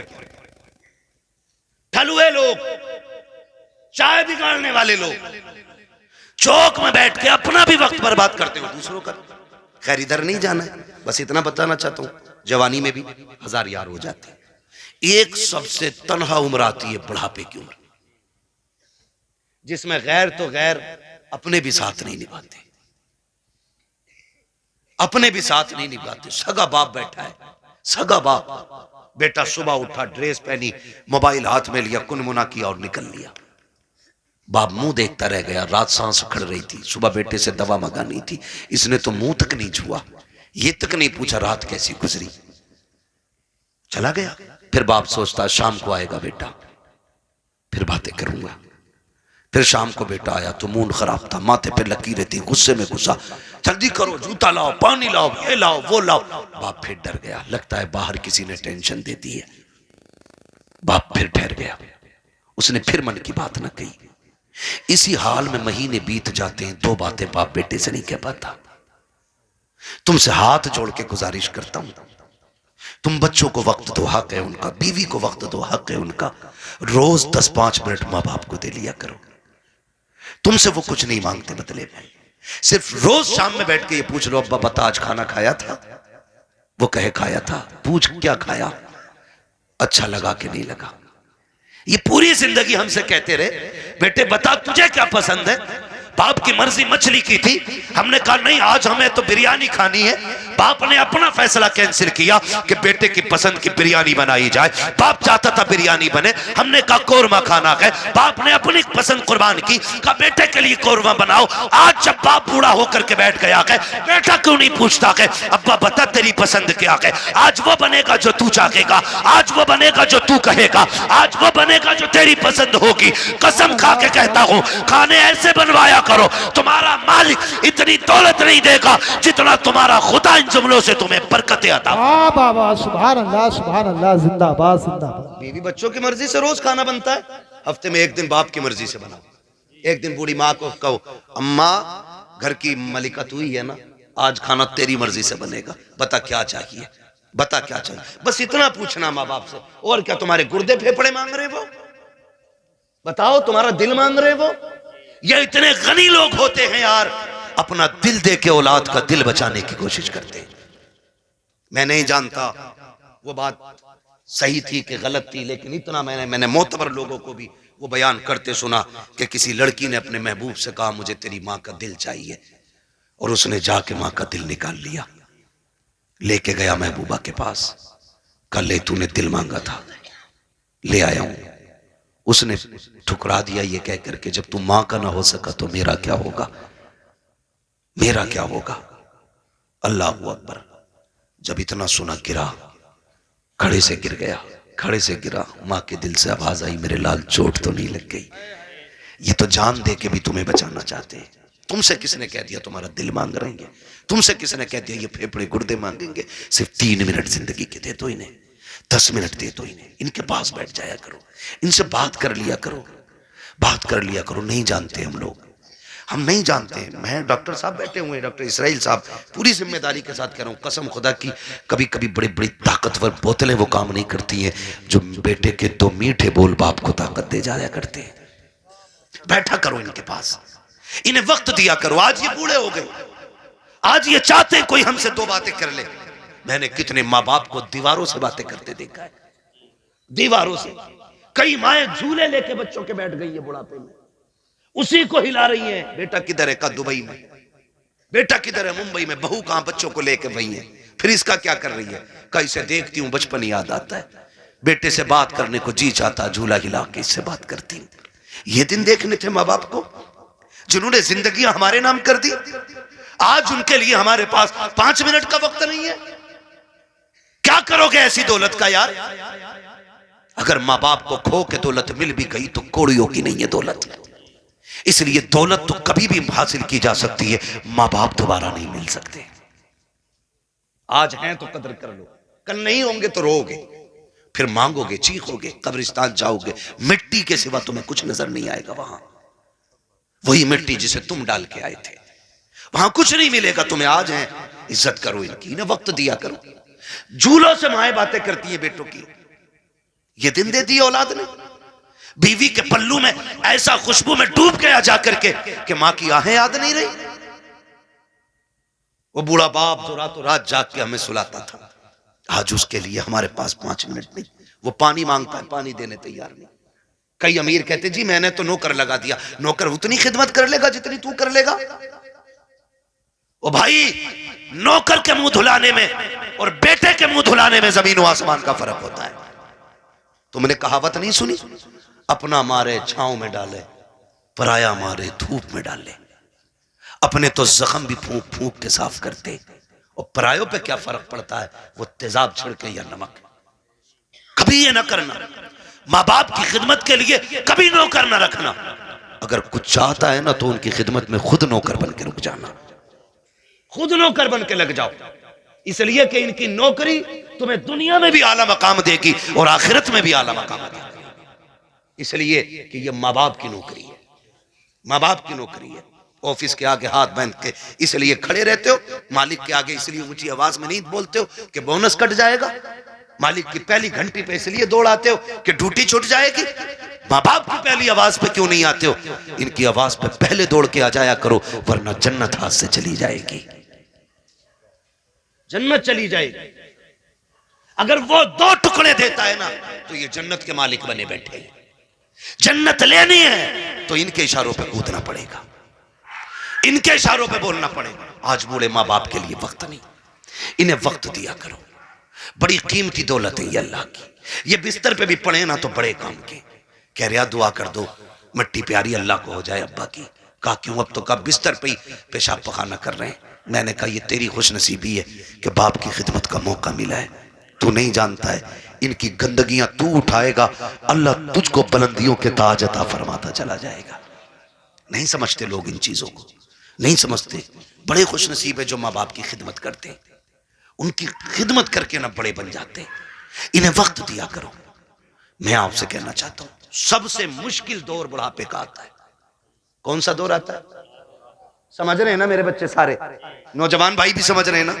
सबसे मुश्किल वक्त बुढ़ापे का आता है। जी ये बच्चे बैठे हैं छोटे छोटे, ईद से पहले देखना बाप लेके जाए या माँ मार्केट लेके जाए, ले जाके ना ये नहीं कहते ये वाला पैक कर दो, माँ बैठा लेती है बेटे को ऊपर, खुद बैठती है नीचे और जूते 10 तरह के निकलवाती है और अपने हाथ से निकालती है, पहनाती है, निकालती है, पहनाती है। बार बार कहती नहीं नहीं मेरे बेटे के पैर में अच्छा नहीं लग रहा है, मेरे बेटे के पैर में अच्छा नहीं लग रहा है। मैं बेटों से पूछना चाहता हूं, जब हम इतने बड़े थे वो अपने हाथ से हमें जूते पहनाते थे। आज एक बार हम उन्हें दुकान में लेके गए, अब्बा बैठो तुम्हारे पैर में जूते डाल के मैं देखूंगा। अम्मा बैठ आज मैं देखूं तेरे पैर में कौन सा जूता अच्छा लगेगा। कभी लेके गए माँ बाप को? और लेके जाया करो। ईद का टाइम आए ना माँ बाप को लेके जाओ, कहना आज तक तुमने हमारी पसंद का पहनाया गया, अब हम तुम्हें तुम्हारी पसंद का पहनाने के लिए आए। लेके जाया करो। हम इन्हें वक्त नहीं दे पाते, हमारे पास वक्त ही नहीं है। सबसे मुश्किल वक्त बुढ़ापे का आता है। अब सुने जिन पे बुढ़ापा आना है ये आ गया है। जब दुनिया छोड़ जाएगी ना और कोई मुंह नहीं लगाएगा, कोई बात करने वाला भी नहीं होगा, कोई ये पूछने वाला नहीं होगा तेरे मुंह में दांत कितने, फिर पलटोगे मस्जिद की तरफ, फिर लौटोगे मस्जिद की तरफ। अल्लाह कहेगा सुन तुझे कोई मुंह नहीं लगा रहा ना, आ मेरे घर आ जा। तुझसे कोई बात नहीं करता ना, मैं करूंगा तुझसे बात। अपना दर्द मुझे सुना जब तुम मस्जिद में आते हो। सुनो कुरान बड़ा जरूरी है। कहता है अगर तुझे अपना हाल सुनाना है नमाज की नियत बांध ले, तू कहता जा मैं सुनता जाऊंगा। और अगर तुझे मेरी बातें सुननी है फिर कुरान लेके बैठ जा, कुरान पढ़ता जा, कुरान की आयतों में तुझे मेरी बातों का मजा आता जाए। वाह वाह वाह, सुभान अल्लाह जिंदाबाद। जब तुम्हें कोई मुंह नहीं लगाता है फिर रब का कुरान तुम्हें सीने से लगाएगा। जब कोई साथ नहीं देता ना फिर कुरान लेके हम बैठते हैं। इसलिए खुदारा इतने जाहिल न रह जाना कि बुढ़ापे में भी कुरान साथी न बन सके। कम से कम इतना कुरान जरूर सीख लेना कि बुढ़ापे में जाके दुनिया साथ छोड़ दे तो रब का कुरान हमारे साथ हो। पढ़ेंगे इंशाअल्लाह, वादा करते हैं इंशाअल्लाह, पढ़ाई करेंगे इंशाअल्लाह, कुरान सीखें। अगर हमने कुरान नहीं सीखा तो कुछ भी नहीं सीखा है। बड़ी बात है बेटे को हाफिज कुरान बनाना, अपने बच्चों को हाफिज कुरान बनाओ। तुमने भी देखा होगा, हमने भी देखा, मौतें होती हैं, मौतें होती हैं। लोग बड़े बड़े पैसे वाले तड़प तड़प के मर रहे हैं। क्यों? क्योंकि आज कोई आसानी से रूह निकलवाने वाला नहीं। निकले कैसे? निकले कैसे? सारे लोग जानते हैं हॉस्पिटल की कंडीशन। आखिरी सांसें होती हैं, ले जाके अब्बा हॉस्पिटल में रख दिया, काय में वेंटिलेटर पे, अब्बा ऑक्सीजन लगी पड़ी है, जो चादर बिछी है वो भी नापाक है। उन्होंने हमारे कपड़े उतार के अपने ग्रीन कपड़े पहना दिए, वो भी नापाक है। जितने नर्स और वहाँ पे डॉक्टर आ रहे हैं उन्हें भी पाकी नापाकी की तमीज़ नहीं है। मुश्किल से रूहें निकल रही हैं, मुश्किल से। बिस्तर नापाक, जगह नापाक, लोग नापाक, रहमत के फरिश्ते आने तैयार नहीं। इधर तड़प तड़प के बंदा मर रहा है, ऑक्सीजन लगी है। रिश्तेदार जो है फलों पे फल लाने पे लगे पड़े, कोई जूस ला रहा है, कोई फल ला रहा है, सेब ला रहे, केले ला रहे। मैं वो जो ऑक्सीजन में पड़ा शीशे से झांक रहा है वो हाथ नहीं उठ पा रहे हैं आज उसके। आज अल्लाह की पकड़ में आ गया है वो। अब तक अकड़ में रहता था, हमने कहा था हमसे चंदा ना मांगना, ये तमाशे कर रखे हैं, ये तुमने मदरसों के नाम पे ठगी का जाल फैला रखा है, मौलवी होते ही हराम खाने वाले हैं। आज एक एक जुमले का बदला लिया जा रहा है, बड़ा तड़प रहा है, रूह निकलने का नाम नहीं ले रही है। सारे रिश्तेदार कोई फल कोई जूस लेकर के आ रहा है, इसकी आंखों से आंसू बह रहे हैं। आखिर ये रो क्यों रहा है? सारी फैसिलिटी मौजूद है, सांस भी मशीनों के जरिए आ रही है, रिश्तेदार भी सामने है। वो कहता मैं इसलिए रो रहा हूँ, इसलिए रो रहा हूँ, ये जो जूस लेके आ रहे हैं आज मुझे इसकी जरूरत नहीं है, ये जो फल लेके आ रहे हैं ये तो बंद कर दिया गया है। चाहता क्या है? वो ऑक्सीजन पे सामने वेंटिलेटर पे लेटा बंदा कहता है अगर ला सकते हो तो यासीन का पढ़ा हुआ पानी ला दो, सूरह रहमान की तिलावत का पानी ला दो। करेगा क्या? काम में जीना नहीं चाहता, अब कुरान की तिलावत के सदक़े में इज्जत से मरना चाहता। वाह वाह वाह। जिनके अपने बेटे कुरान के कारी होते हैं वो कभी बेबसी की मौत नहीं मरते, वो कभी मुफलिसी की मौत नहीं मरते। वो जब मरते हैं तो इस शान से जाते हैं, इधर तिलावत होती है उधर रूह जन्नत की तरफ निकल के जाती है। एहसान है इन उलमा का कि ये हमारे बच्चों को पढ़ा रहे हैं और हमें दीन दे रहे हैं। मैं तो दावे के साथ कहता हूं इस बात को, हमारे हाफिज बन जाए तो बंदा 1000 रुपए देख कहता मैंने बहुत दे दिए इमाम मौलाना को। 1000 रुपए एक जोड़ा उनकी बहू को दिया था, एक जोड़ा उन्हें दिया था। सुन भाई, कान खोल के सुन और मैल हो तो साफ कर ले। 1000 नहीं, 10 लाख नहीं, 50 लाख नहीं, ये जो खाल है ना तेरे बदन की, अगर ये उतार के ना इसका जूता बना के अपने बेटे के उस्ताद को भी पहनाए ना तो तब भी उस एहसान का बदला पूरा नहीं होगा जो तेरे बेटे को इन्होंने हाफिज कुरान बना के तुझ पे एहसान कर दिया है। ये इतनी बड़ी दौलत, इतनी बड़ी दौलत है। यूं ही कोई कुरान नहीं पढ़ जाता, मेहनतें लगती हैं, रत जगह लगते हैं इसमें, आधी आधी रात से उठ के कुरान पढ़ना और पढ़ाना पड़ता है। हाँ, इसलिए मेरे भाई कुरान से भी प्यार करो, साहिब कुरान से भी प्यार करो और वादा करो ये मेले तमाशों में पैसा नहीं लगाओगे, फालतू के हराम कामों में पैसा नहीं लगाओगे। अल्लाह तौफीक देगा तो इस पैसे को मुट्ठी बंद करके कुरान पढ़ने वालों पे लगाया जाएगा। लगाएंगे इंशाअल्लाह। नौजवानों से मेरी गुजारिश है, अक्सर कमाने वाले जाने वाले लोग हादसे रोडों पे हो रहे, चलते फिरते मौतें हो रही हैं, माफ कीजिएगा, चलते फिरते मौतें हो रही हैं, पता नहीं चलता कब किसकी मौत की खबर आ जाए। घर से नए कपड़े सूट बूट पहन के निकला, थोड़ी देर में खबर आती है कि उसका भेजा फट गया, खत्म हो गया। नए कपड़े पहन के गया तो सफेद कपड़े में लिपट के सिल के आ रहा है, क्या हो रहा है? ये सब मौत है, मौत, मौत है, मौत, मौत आ रही है कदम कदम पे। कोई गया एक्सीडेंट हुआ, टांग टूट गई, किसी का हाथ टूट गया, कोई फट गया, पता ही नहीं चलता कब कहाँ क्या हो जाए। खुदा आपसे गुजारिश है, अपने पीछे कुछ लोगों की दुआएं शामिल रखा करो, दुआएं शामिल रखा करो। ये बात मैं अक्सर बताता हूँ और मैंने जब से सुनी है ना ये बात मुझे आज तक ऐसे याद है जैसे अभी मुझसे कोई कह रहा है। एक नौजवान ने मुझे फ़ोन किया, उसने कहा था हज़रत जी बड़ा रब का करम हो गया, रात गाड़ी चलाते चलाते ना मेरी आंख लग गई। कह रहा 2 किलोमीटर तक गाड़ी ऐसे ही चल गई और शुक्र देखो गाड़ी पलटी नहीं। मैंने कहा करम है रब का। कहने लगा तजर्बा भी बहुत है मुझे, मैं नींद में मेरे हाथ सीधे रहे। मैंने कहा नादान, मैंने कहा कोई नेकी करता है? कहा हाँ। मैंने कहा कौन सा नेक काम करता? कहा जब चक्कर से वापस आता हूँ ना तो मदरसे के बच्चों को जाके ना 1% अपनी कमाई का जाके देता हूँ, मदरसे में दे के आता हूँ। मैंने कहा सीधी बात सुन ले, न तेरे हाथों ने बचाया न तजर्बे ने बचाया, तू सो गया था, कुरान वालों की दुआएं तुझे बचा के ले गई थी। अल्लाह सुभान अल्लाह।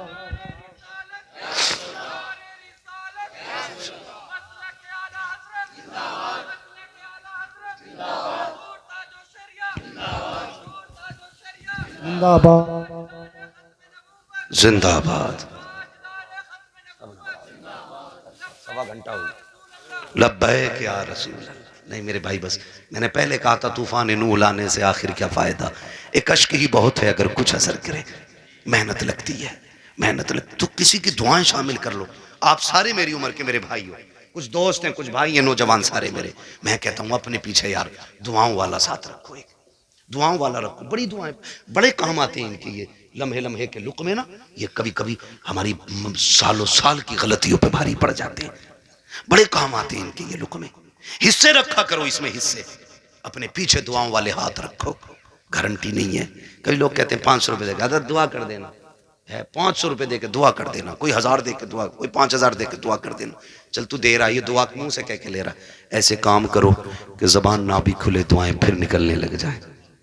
ये असल दुआ होती है। कहा कह के कराई तो क्या कराई यार, ऐसे काम कर जाओ कि खुद दुआ दिल से निकल जाए, वो दुआ असर रखती है। कहा था दिल से जो बात निकलती है असर रखती है, पर नहीं ताकत परवाज मगर रखती है। ऐसे काम कर जाओ कि दुआएं दिल से निकलें। फिर मुझे वो बात याद आ गई, फिर मैं वो बच्चे की बात दोहराऊंगा। कुरान बड़ी चीज है, अक्लमंद है वो बाप जो अपने बच्चों को कुरान की तालीम दे रहे हैं। और साथ में दुनिया की तालीम भी जरूरी है, दुनिया की तालीम भी जरूरी है। आप बनिए, पढ़िए। अब लड़ाई तो पर बंदूक की नहीं रह गई है, अब लड़ाई कलम की है। जिस कौम के हाथों में कलम होगा वो कौम आगे जाएगी, और जिसके हाथ में कलम नहीं होगा वो नालियां साफ करेगी। ये याद रखिएगा। फैसला तुम्हें करना है, कुर्सी पे बैठ के हुकूमत करनी है या जूतियां उठा के तुम्हें नालियां साफ करनी है, ये फैसला करना है। हमें अपने बच्चों की तालीम पे गौर करना है। हम 10वीं तक पढ़ा के कहते हैं जी बहुत पढ़ा लिया अब दुकान चला लेगा, 11वीं तक पढ़ा के कहते हैं बहुत पढ़ा लिया दुकान चलाने का। सिर्फ दुकानें चलवानी है, हम तो समझते हैं कि ये हमारे मुल्क की तकदीर बने और तुम सिर्फ दुकानदार बनाना चाहते हो। नहीं, अगर फाके रहना भी पड़े फाके कर लो, बच्चों को तालीम दो। मारेरा शरीफ का एक नारा है, आधी रोटी खाएंगे बच्चों को पढ़ाएंगे। ये हर शख्स लाजिम कर ले।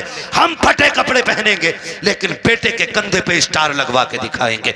हम फाके से रखेंगे लेकिन बेटे के सिग्नेचर में जोर पैदा करेंगे। हम फाके करेंगे लेकिन बेटे का कद ऊंचा देखना चाहते हैं। याद रखो, जब खानदान का एक बेटा बड़ा होता है, सिर्फ एक बड़ा नहीं बल्कि पूरा का पूरा खानदान ऊंचा नजर आया। वाह वाह वाह, सुभान अल्लाह, जिंदाबाद। तालीम पे जोर दीजिए।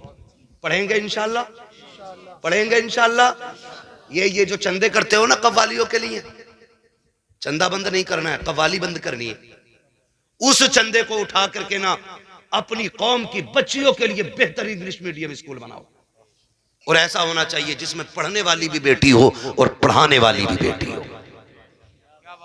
इसी चंदे को उठा के, आपसे अलग से नहीं मांग रहा हूं, अलग से नहीं मांग रहा हूं, आप इसी चंदे को उठा के जो कव्वालियों में लुटाते हो और उड़ाते हो और जो देते हो, सिर्फ इतना उठा करके स्कूल बनाओ जिसमें पढ़ने वाली भी बेटी हो और पढ़ाने वाली भी बेटी हो। खुदा की कसम, फिर हॉस्पिटलों में तेरी मेरी बेटी को बेपर्दा नहीं किया जाएगा। अगर इलाज के लिए मरियम आएगी ना तो फिर डॉक्टर बन के फातिमा नजर आएगी। मैं न्यूज देख रहा था, कोई पुलिस उसका जेल का कोई जेलर है जो मुस्लिम लड़कियों को जो जेल में बंद है उनको रात को उठवा के अपने कमरे में बुलवाता है। ये हमारी कौम का मुकद्दर रह गया और हम कुछ भी नहीं कर पा रहे। क्यों? क्योंकि तुम किसी गिनती में नहीं हो। अगर हो तो तावीज की दुकानों पे तुम, डोरी की दुकानों पे तुम, चादरों की दुकानों पे तुम, फूलों की दुकानों पे तुम, मुजाबिरों में तुम, जाकर के देखो तमाशाइयों में तुम। अगर नहीं हो तो कामयाबी की जगह तुम नहीं। इसलिए पढ़ना है। ये कसम खा लो कि हमें या तो पढ़ना है या बच्चों को पढ़ाना है। और याद रखना, मजारों से इलाके बुलंद नहीं होते। मैं खुल के बात कर रहा हूं और बरेलवी भी हूं। इनकी जैसी जिंदगी थी ये काट के चले गए। अच्छी काटी अल्लाह ने मजार बनवा दिया, बुरी काटते तो लापता हो जाते, नाम तक कोई पूछने वाला नहीं होता। तो याद रखिएगा, मजारों से रुतबे बुलंद नहीं होंगे, मेहनत से रुतबे बुलंद होने, मेहनत से रुतबे बुलंद होने, मेहनत से रुतबे बुलंद होने। हमें मेहनत करनी है। किस चीज पे? तालीम। किस पे बच्चों? पढ़ेंगे मेरे बेटे, मोबाइल तो ज्यादा नहीं चलाएंगे।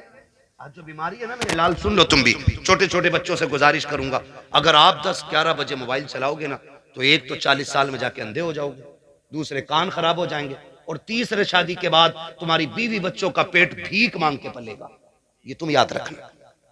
अगर चाहते हो अच्छे कपड़े पहनो, अच्छी गाड़ियां हो, इज्जत की जिंदगी हो, तो मोबाइल फेंक दो, कलम पे जोर दो, तालीम पे जोर दो, किताबें पढ़ो।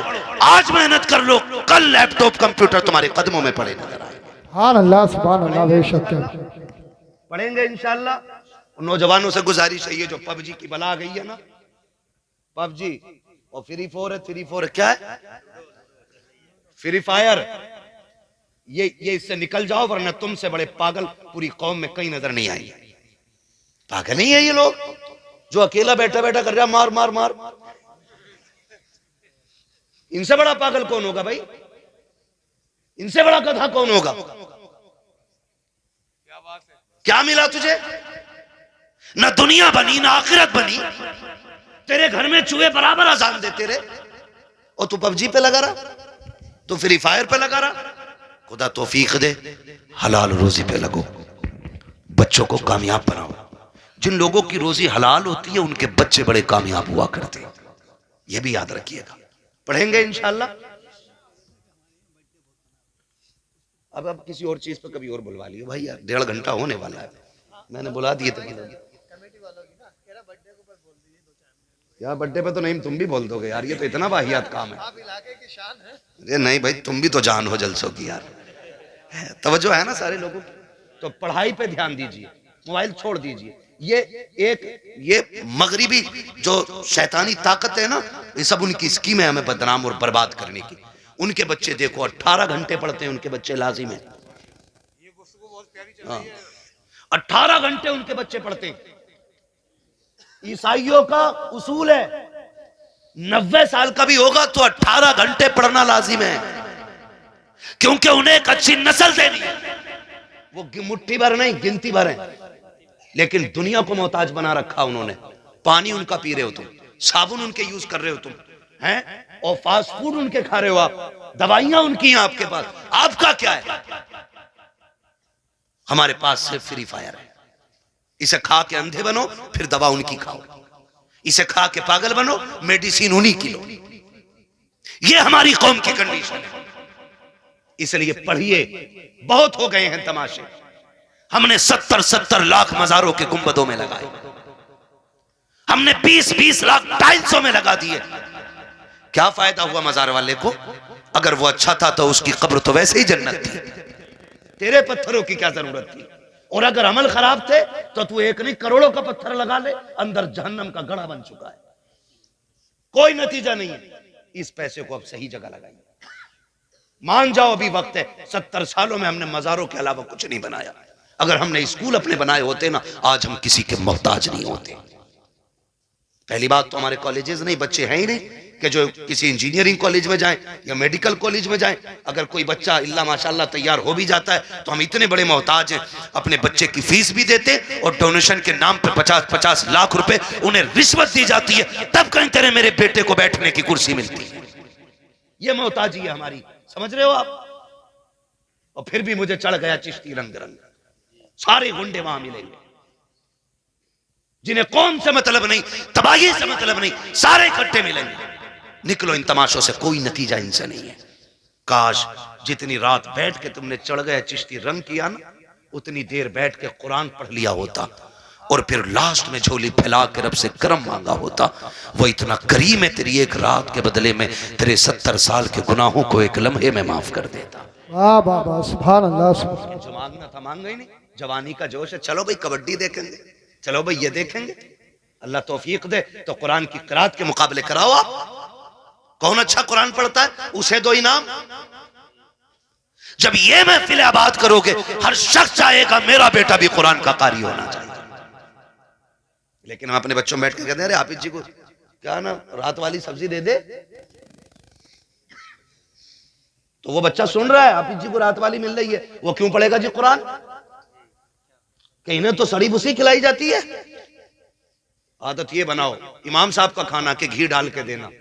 बच्चा कहेगा यार गरीब था लेकिन मेरे घर से फिर भी घी गया, कहेगा कुछ बनूं ना बनूं कुरान का कारी जरूर बनूंगा।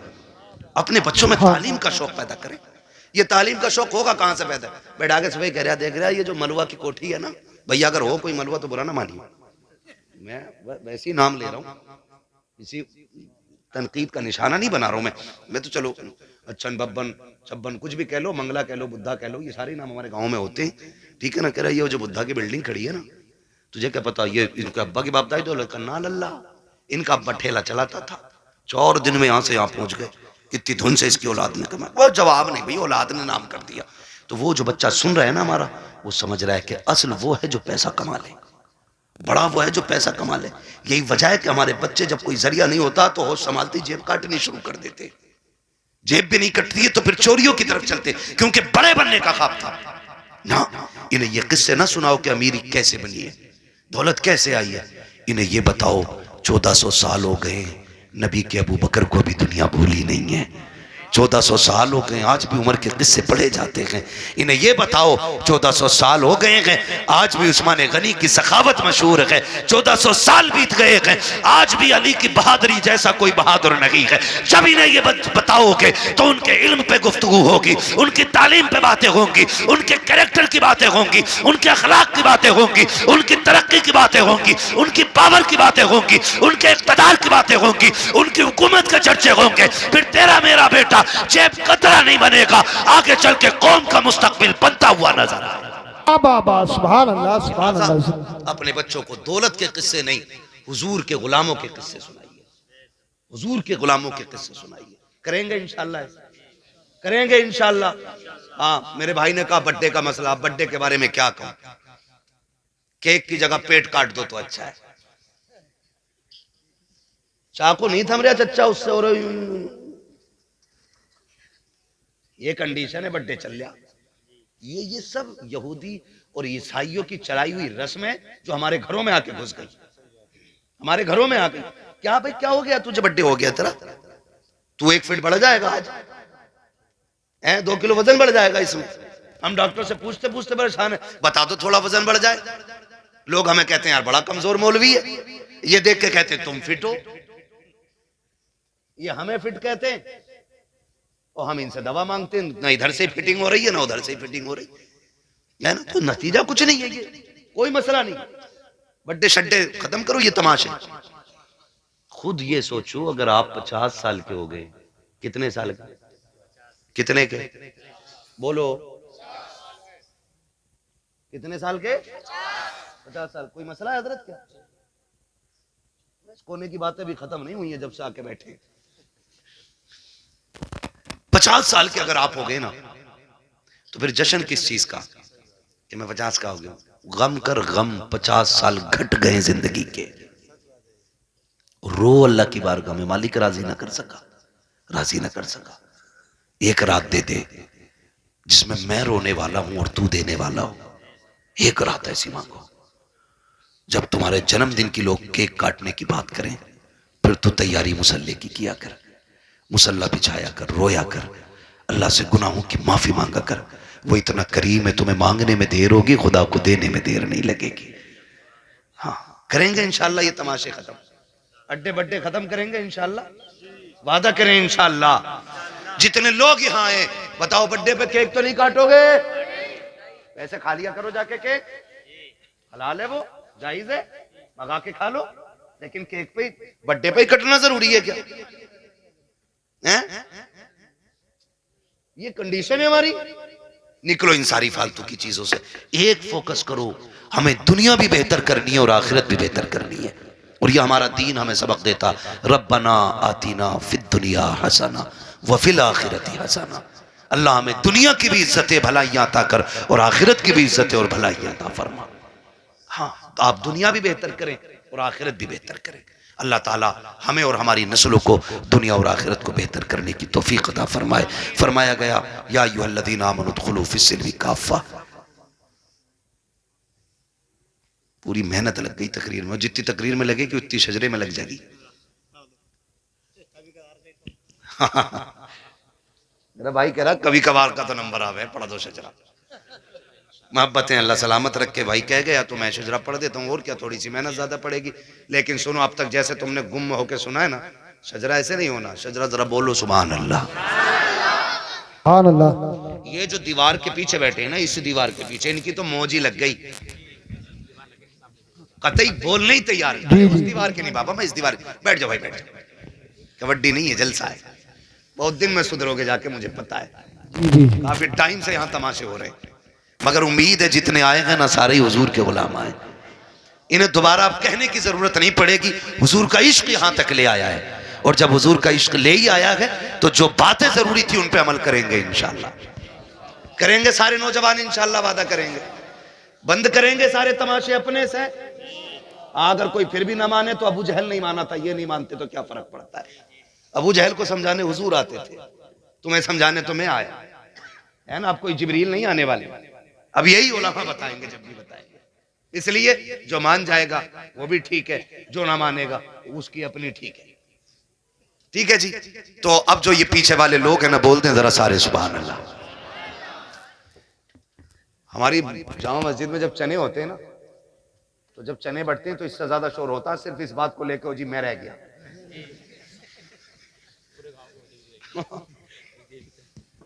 तो ये कह रहा हूं, खाली इस मसले पे इतना शोर हो जाओ जी मैं रह गया। तो आपसे मैं सुभान अल्लाह कहने कह रहा हूं भाई, चने नहीं बट रहे, इतनी जोर से सुभान अल्लाह कहो कि आवाज यहां से मदीने तक चली जाए। अरे माशाल्लाह, ऐसा लग रहा महफिल शुरू हो रही है, दिल कर रहा दोबारा शुरू हो जाऊं, लेकिन घूर के मध्य को दोबारा नहीं होऊंगा शुरू में, मेरा भी वक्त बड़ा कीमती है ना। ठीक है ना। तो बोल दें जरा सुभान अल्लाह। इतनी आवाज है तुम में? सुभान अल्लाह। अच्छा एक बार अपनी मर्जी से आवाज निकाल के दिखाओ जरा, बोलो या रसूल अल्लाह। इतनी है ना। अभी और तेज होगी, बताऊं कैसे? मैं दुआ करता हूँ और ये मिंबर वाले मेरे साथ आमीन कहेंगे। या अल्लाह, जो सबसे ज्यादा जोर से तेरे महबूब को पुकारे उसे आज की रात के सदक़े हुजूर का मदीना दिखा दे। आमीन। जो सबसे ज्यादा जोर, जो इससे भी ज्यादा जोर से तेरे महबूब को पुकारे उसे इसी साल रमजान में मदीने का उम्रा नसीब फरमा। आमीन। एक आखिरी दुआ रह गई और आखिरी जोर रह गया। आपको सुभान अल्लाह कहना, आमीन ये कहेंगे। या अल्लाह, जो सबसे ज्यादा जोर से तेरी तस्बीह बयान करे वो माँ बाप के साथ मदीने की हाजिरी नसीब पाए। ये है आवाज असली, ठीक है ना। अब उम्मीद है जितनी मैंने पूरी मेहनत की है उतनी तुमने 3 बार में कर डाली, हो गई ना। अब मैं हुजूर का शजरा पढ़ता हूँ, ऑपरेटर साहब थोड़ा सही से आवाज दे दें, वरना जैसे भी है ठीक है। जी जी। मैं हाथ का इशारा करूं तो समझ लेना मौलवी सांस लेना चाह रहा। उस बीच में आपको सांस नहीं लेनी है, आपको सुभान अल्लाह कहना है, ठीक है। आप सुभान अल्लाह कहेंगे, उसकी आड़ में मैं सांस ले लूंगा। बात सच्ची अच्छी रहती है, धोखे में रख के कोई मसला नहीं, ठीक है। आप जब सुभान अल्लाह कहेंगे मैं सांस ले लूंगा, अल्लाह राजी होगा, नेकी दे देगा, ठीक है जी। और जब आपको मिलेगी तो वो इतना करीम है, हम जैसे गुनाहगारों को भी कुछ ना कुछ मिल जाएगा, ठीक है ना। कैसे बोलेंगे जरा बोल के दिखाएं सुभान अल्लाह। आदम के बेटे शीश, शीश के बेटे यानस, यानस के बेटे कैनान। सुभान अल्लाह। ना करियो, अगर तुम कहना भूल गए तो मैं शजरा भूल जाऊंगा। नमाज जनाजा नहीं है कि तकबीरें पूरी करके हटूंगा, अब तो बंद गई नीयत, अब ओले पड़े या बारिश, ऐसा नहीं होना है। अगर चुप गए मैं भी हट जाऊंगा, ठीक है ना। बस हाथ का इशारा होता रहे, बस खाली आप बोलते रहिएगा। भाइयों की फरमाइश है, बस इसलिए पढ़ दे रहा हूं, वरना सुई 1.5 के पार जा गई ये मेरी तकरीर की, ठीक है ना। अब जरा बोल दें सारे सुभान अल्लाह। सुभान अल्लाह। वो भाई की तरह जो कह के गए, फरमाइश करके गए, जी, अब जी, आवाज तुम्हारी भी आनी चाहिए। हाँ माशाल्लाह, बड़ी तेज आवाज है। पीछे हमारे चचा लोग बैठे हैं, अगर इनकी आवाज ज्यादा तेज ना, इनसे बुलवाओ भी मत। कभी कभी बुढ़ापे में ज्यादा जोर लगाते हार्ट अटैक हो जाता है ना। तो खाली जवान लोग मेहनत कर लें, जी जी जी। लोगों का मसला कोई जरूरी नहीं है, ठीक है। और लेकिन यहाँ मर भी गए ना तब भी मौत अच्छी होगी। ये तो मौत है, मैं जलसे में सोने वालों को नहीं उठाने देता हूँ। मैं कभी लोगों से ये नहीं कहता हूँ जलसे में कि ये सो रहा है इसे उठाओ। मैं जानता हूँ अगर जलसे में आंख लगे और ख्वाब आए ना तो फिर ख्वाब में हुजूर आया करते हैं। वाह वाह वाह, जिंदाबाद जिंदाबाद। महफिलें होती हैं, इसमें अगर ख्वाब आए तो ख्वाब में हुजूर ही आते। जी जी जी, वैसे इसलिए मैं उठाने भी नहीं कहता हूँ किसी को। और कोई दुनिया से ही उठ जाए तो उससे तो अच्छी मौत किसी की नहीं है। जी जी जी। पूछा जाएगा आखिरी काम क्या था, का हुजूर की महफिल में बैठा था, का फिर तो सारे गुनाह माफ करा के आया है, ठीक है ना। तो ठीक है, जो जवान लोग हैं वो उम्मीद है मेरा साथ देंगे। बुजुर्ग लोग खाली दुआओं से नवाजेंगे। जिन्हें हार्ट अटैक का डर हो वो जोर से ना बोलें, और जिन्हें ना हो वो बोल दें जरा सुभान अल्लाह। आदम के बेटे शीश, शीश के बेटे यानस, यानस के बेटे कैनान, कैनान के बेटे मैलाइल, मैलाइल के बेटे व्यारत, व्यारत के बेटे इदरीस, इदरीस के बेटे मुतवशिक, मुतवशिक के बेटे लबक नेक नाम, लबक नेक नाम के बेटे नूह, नूह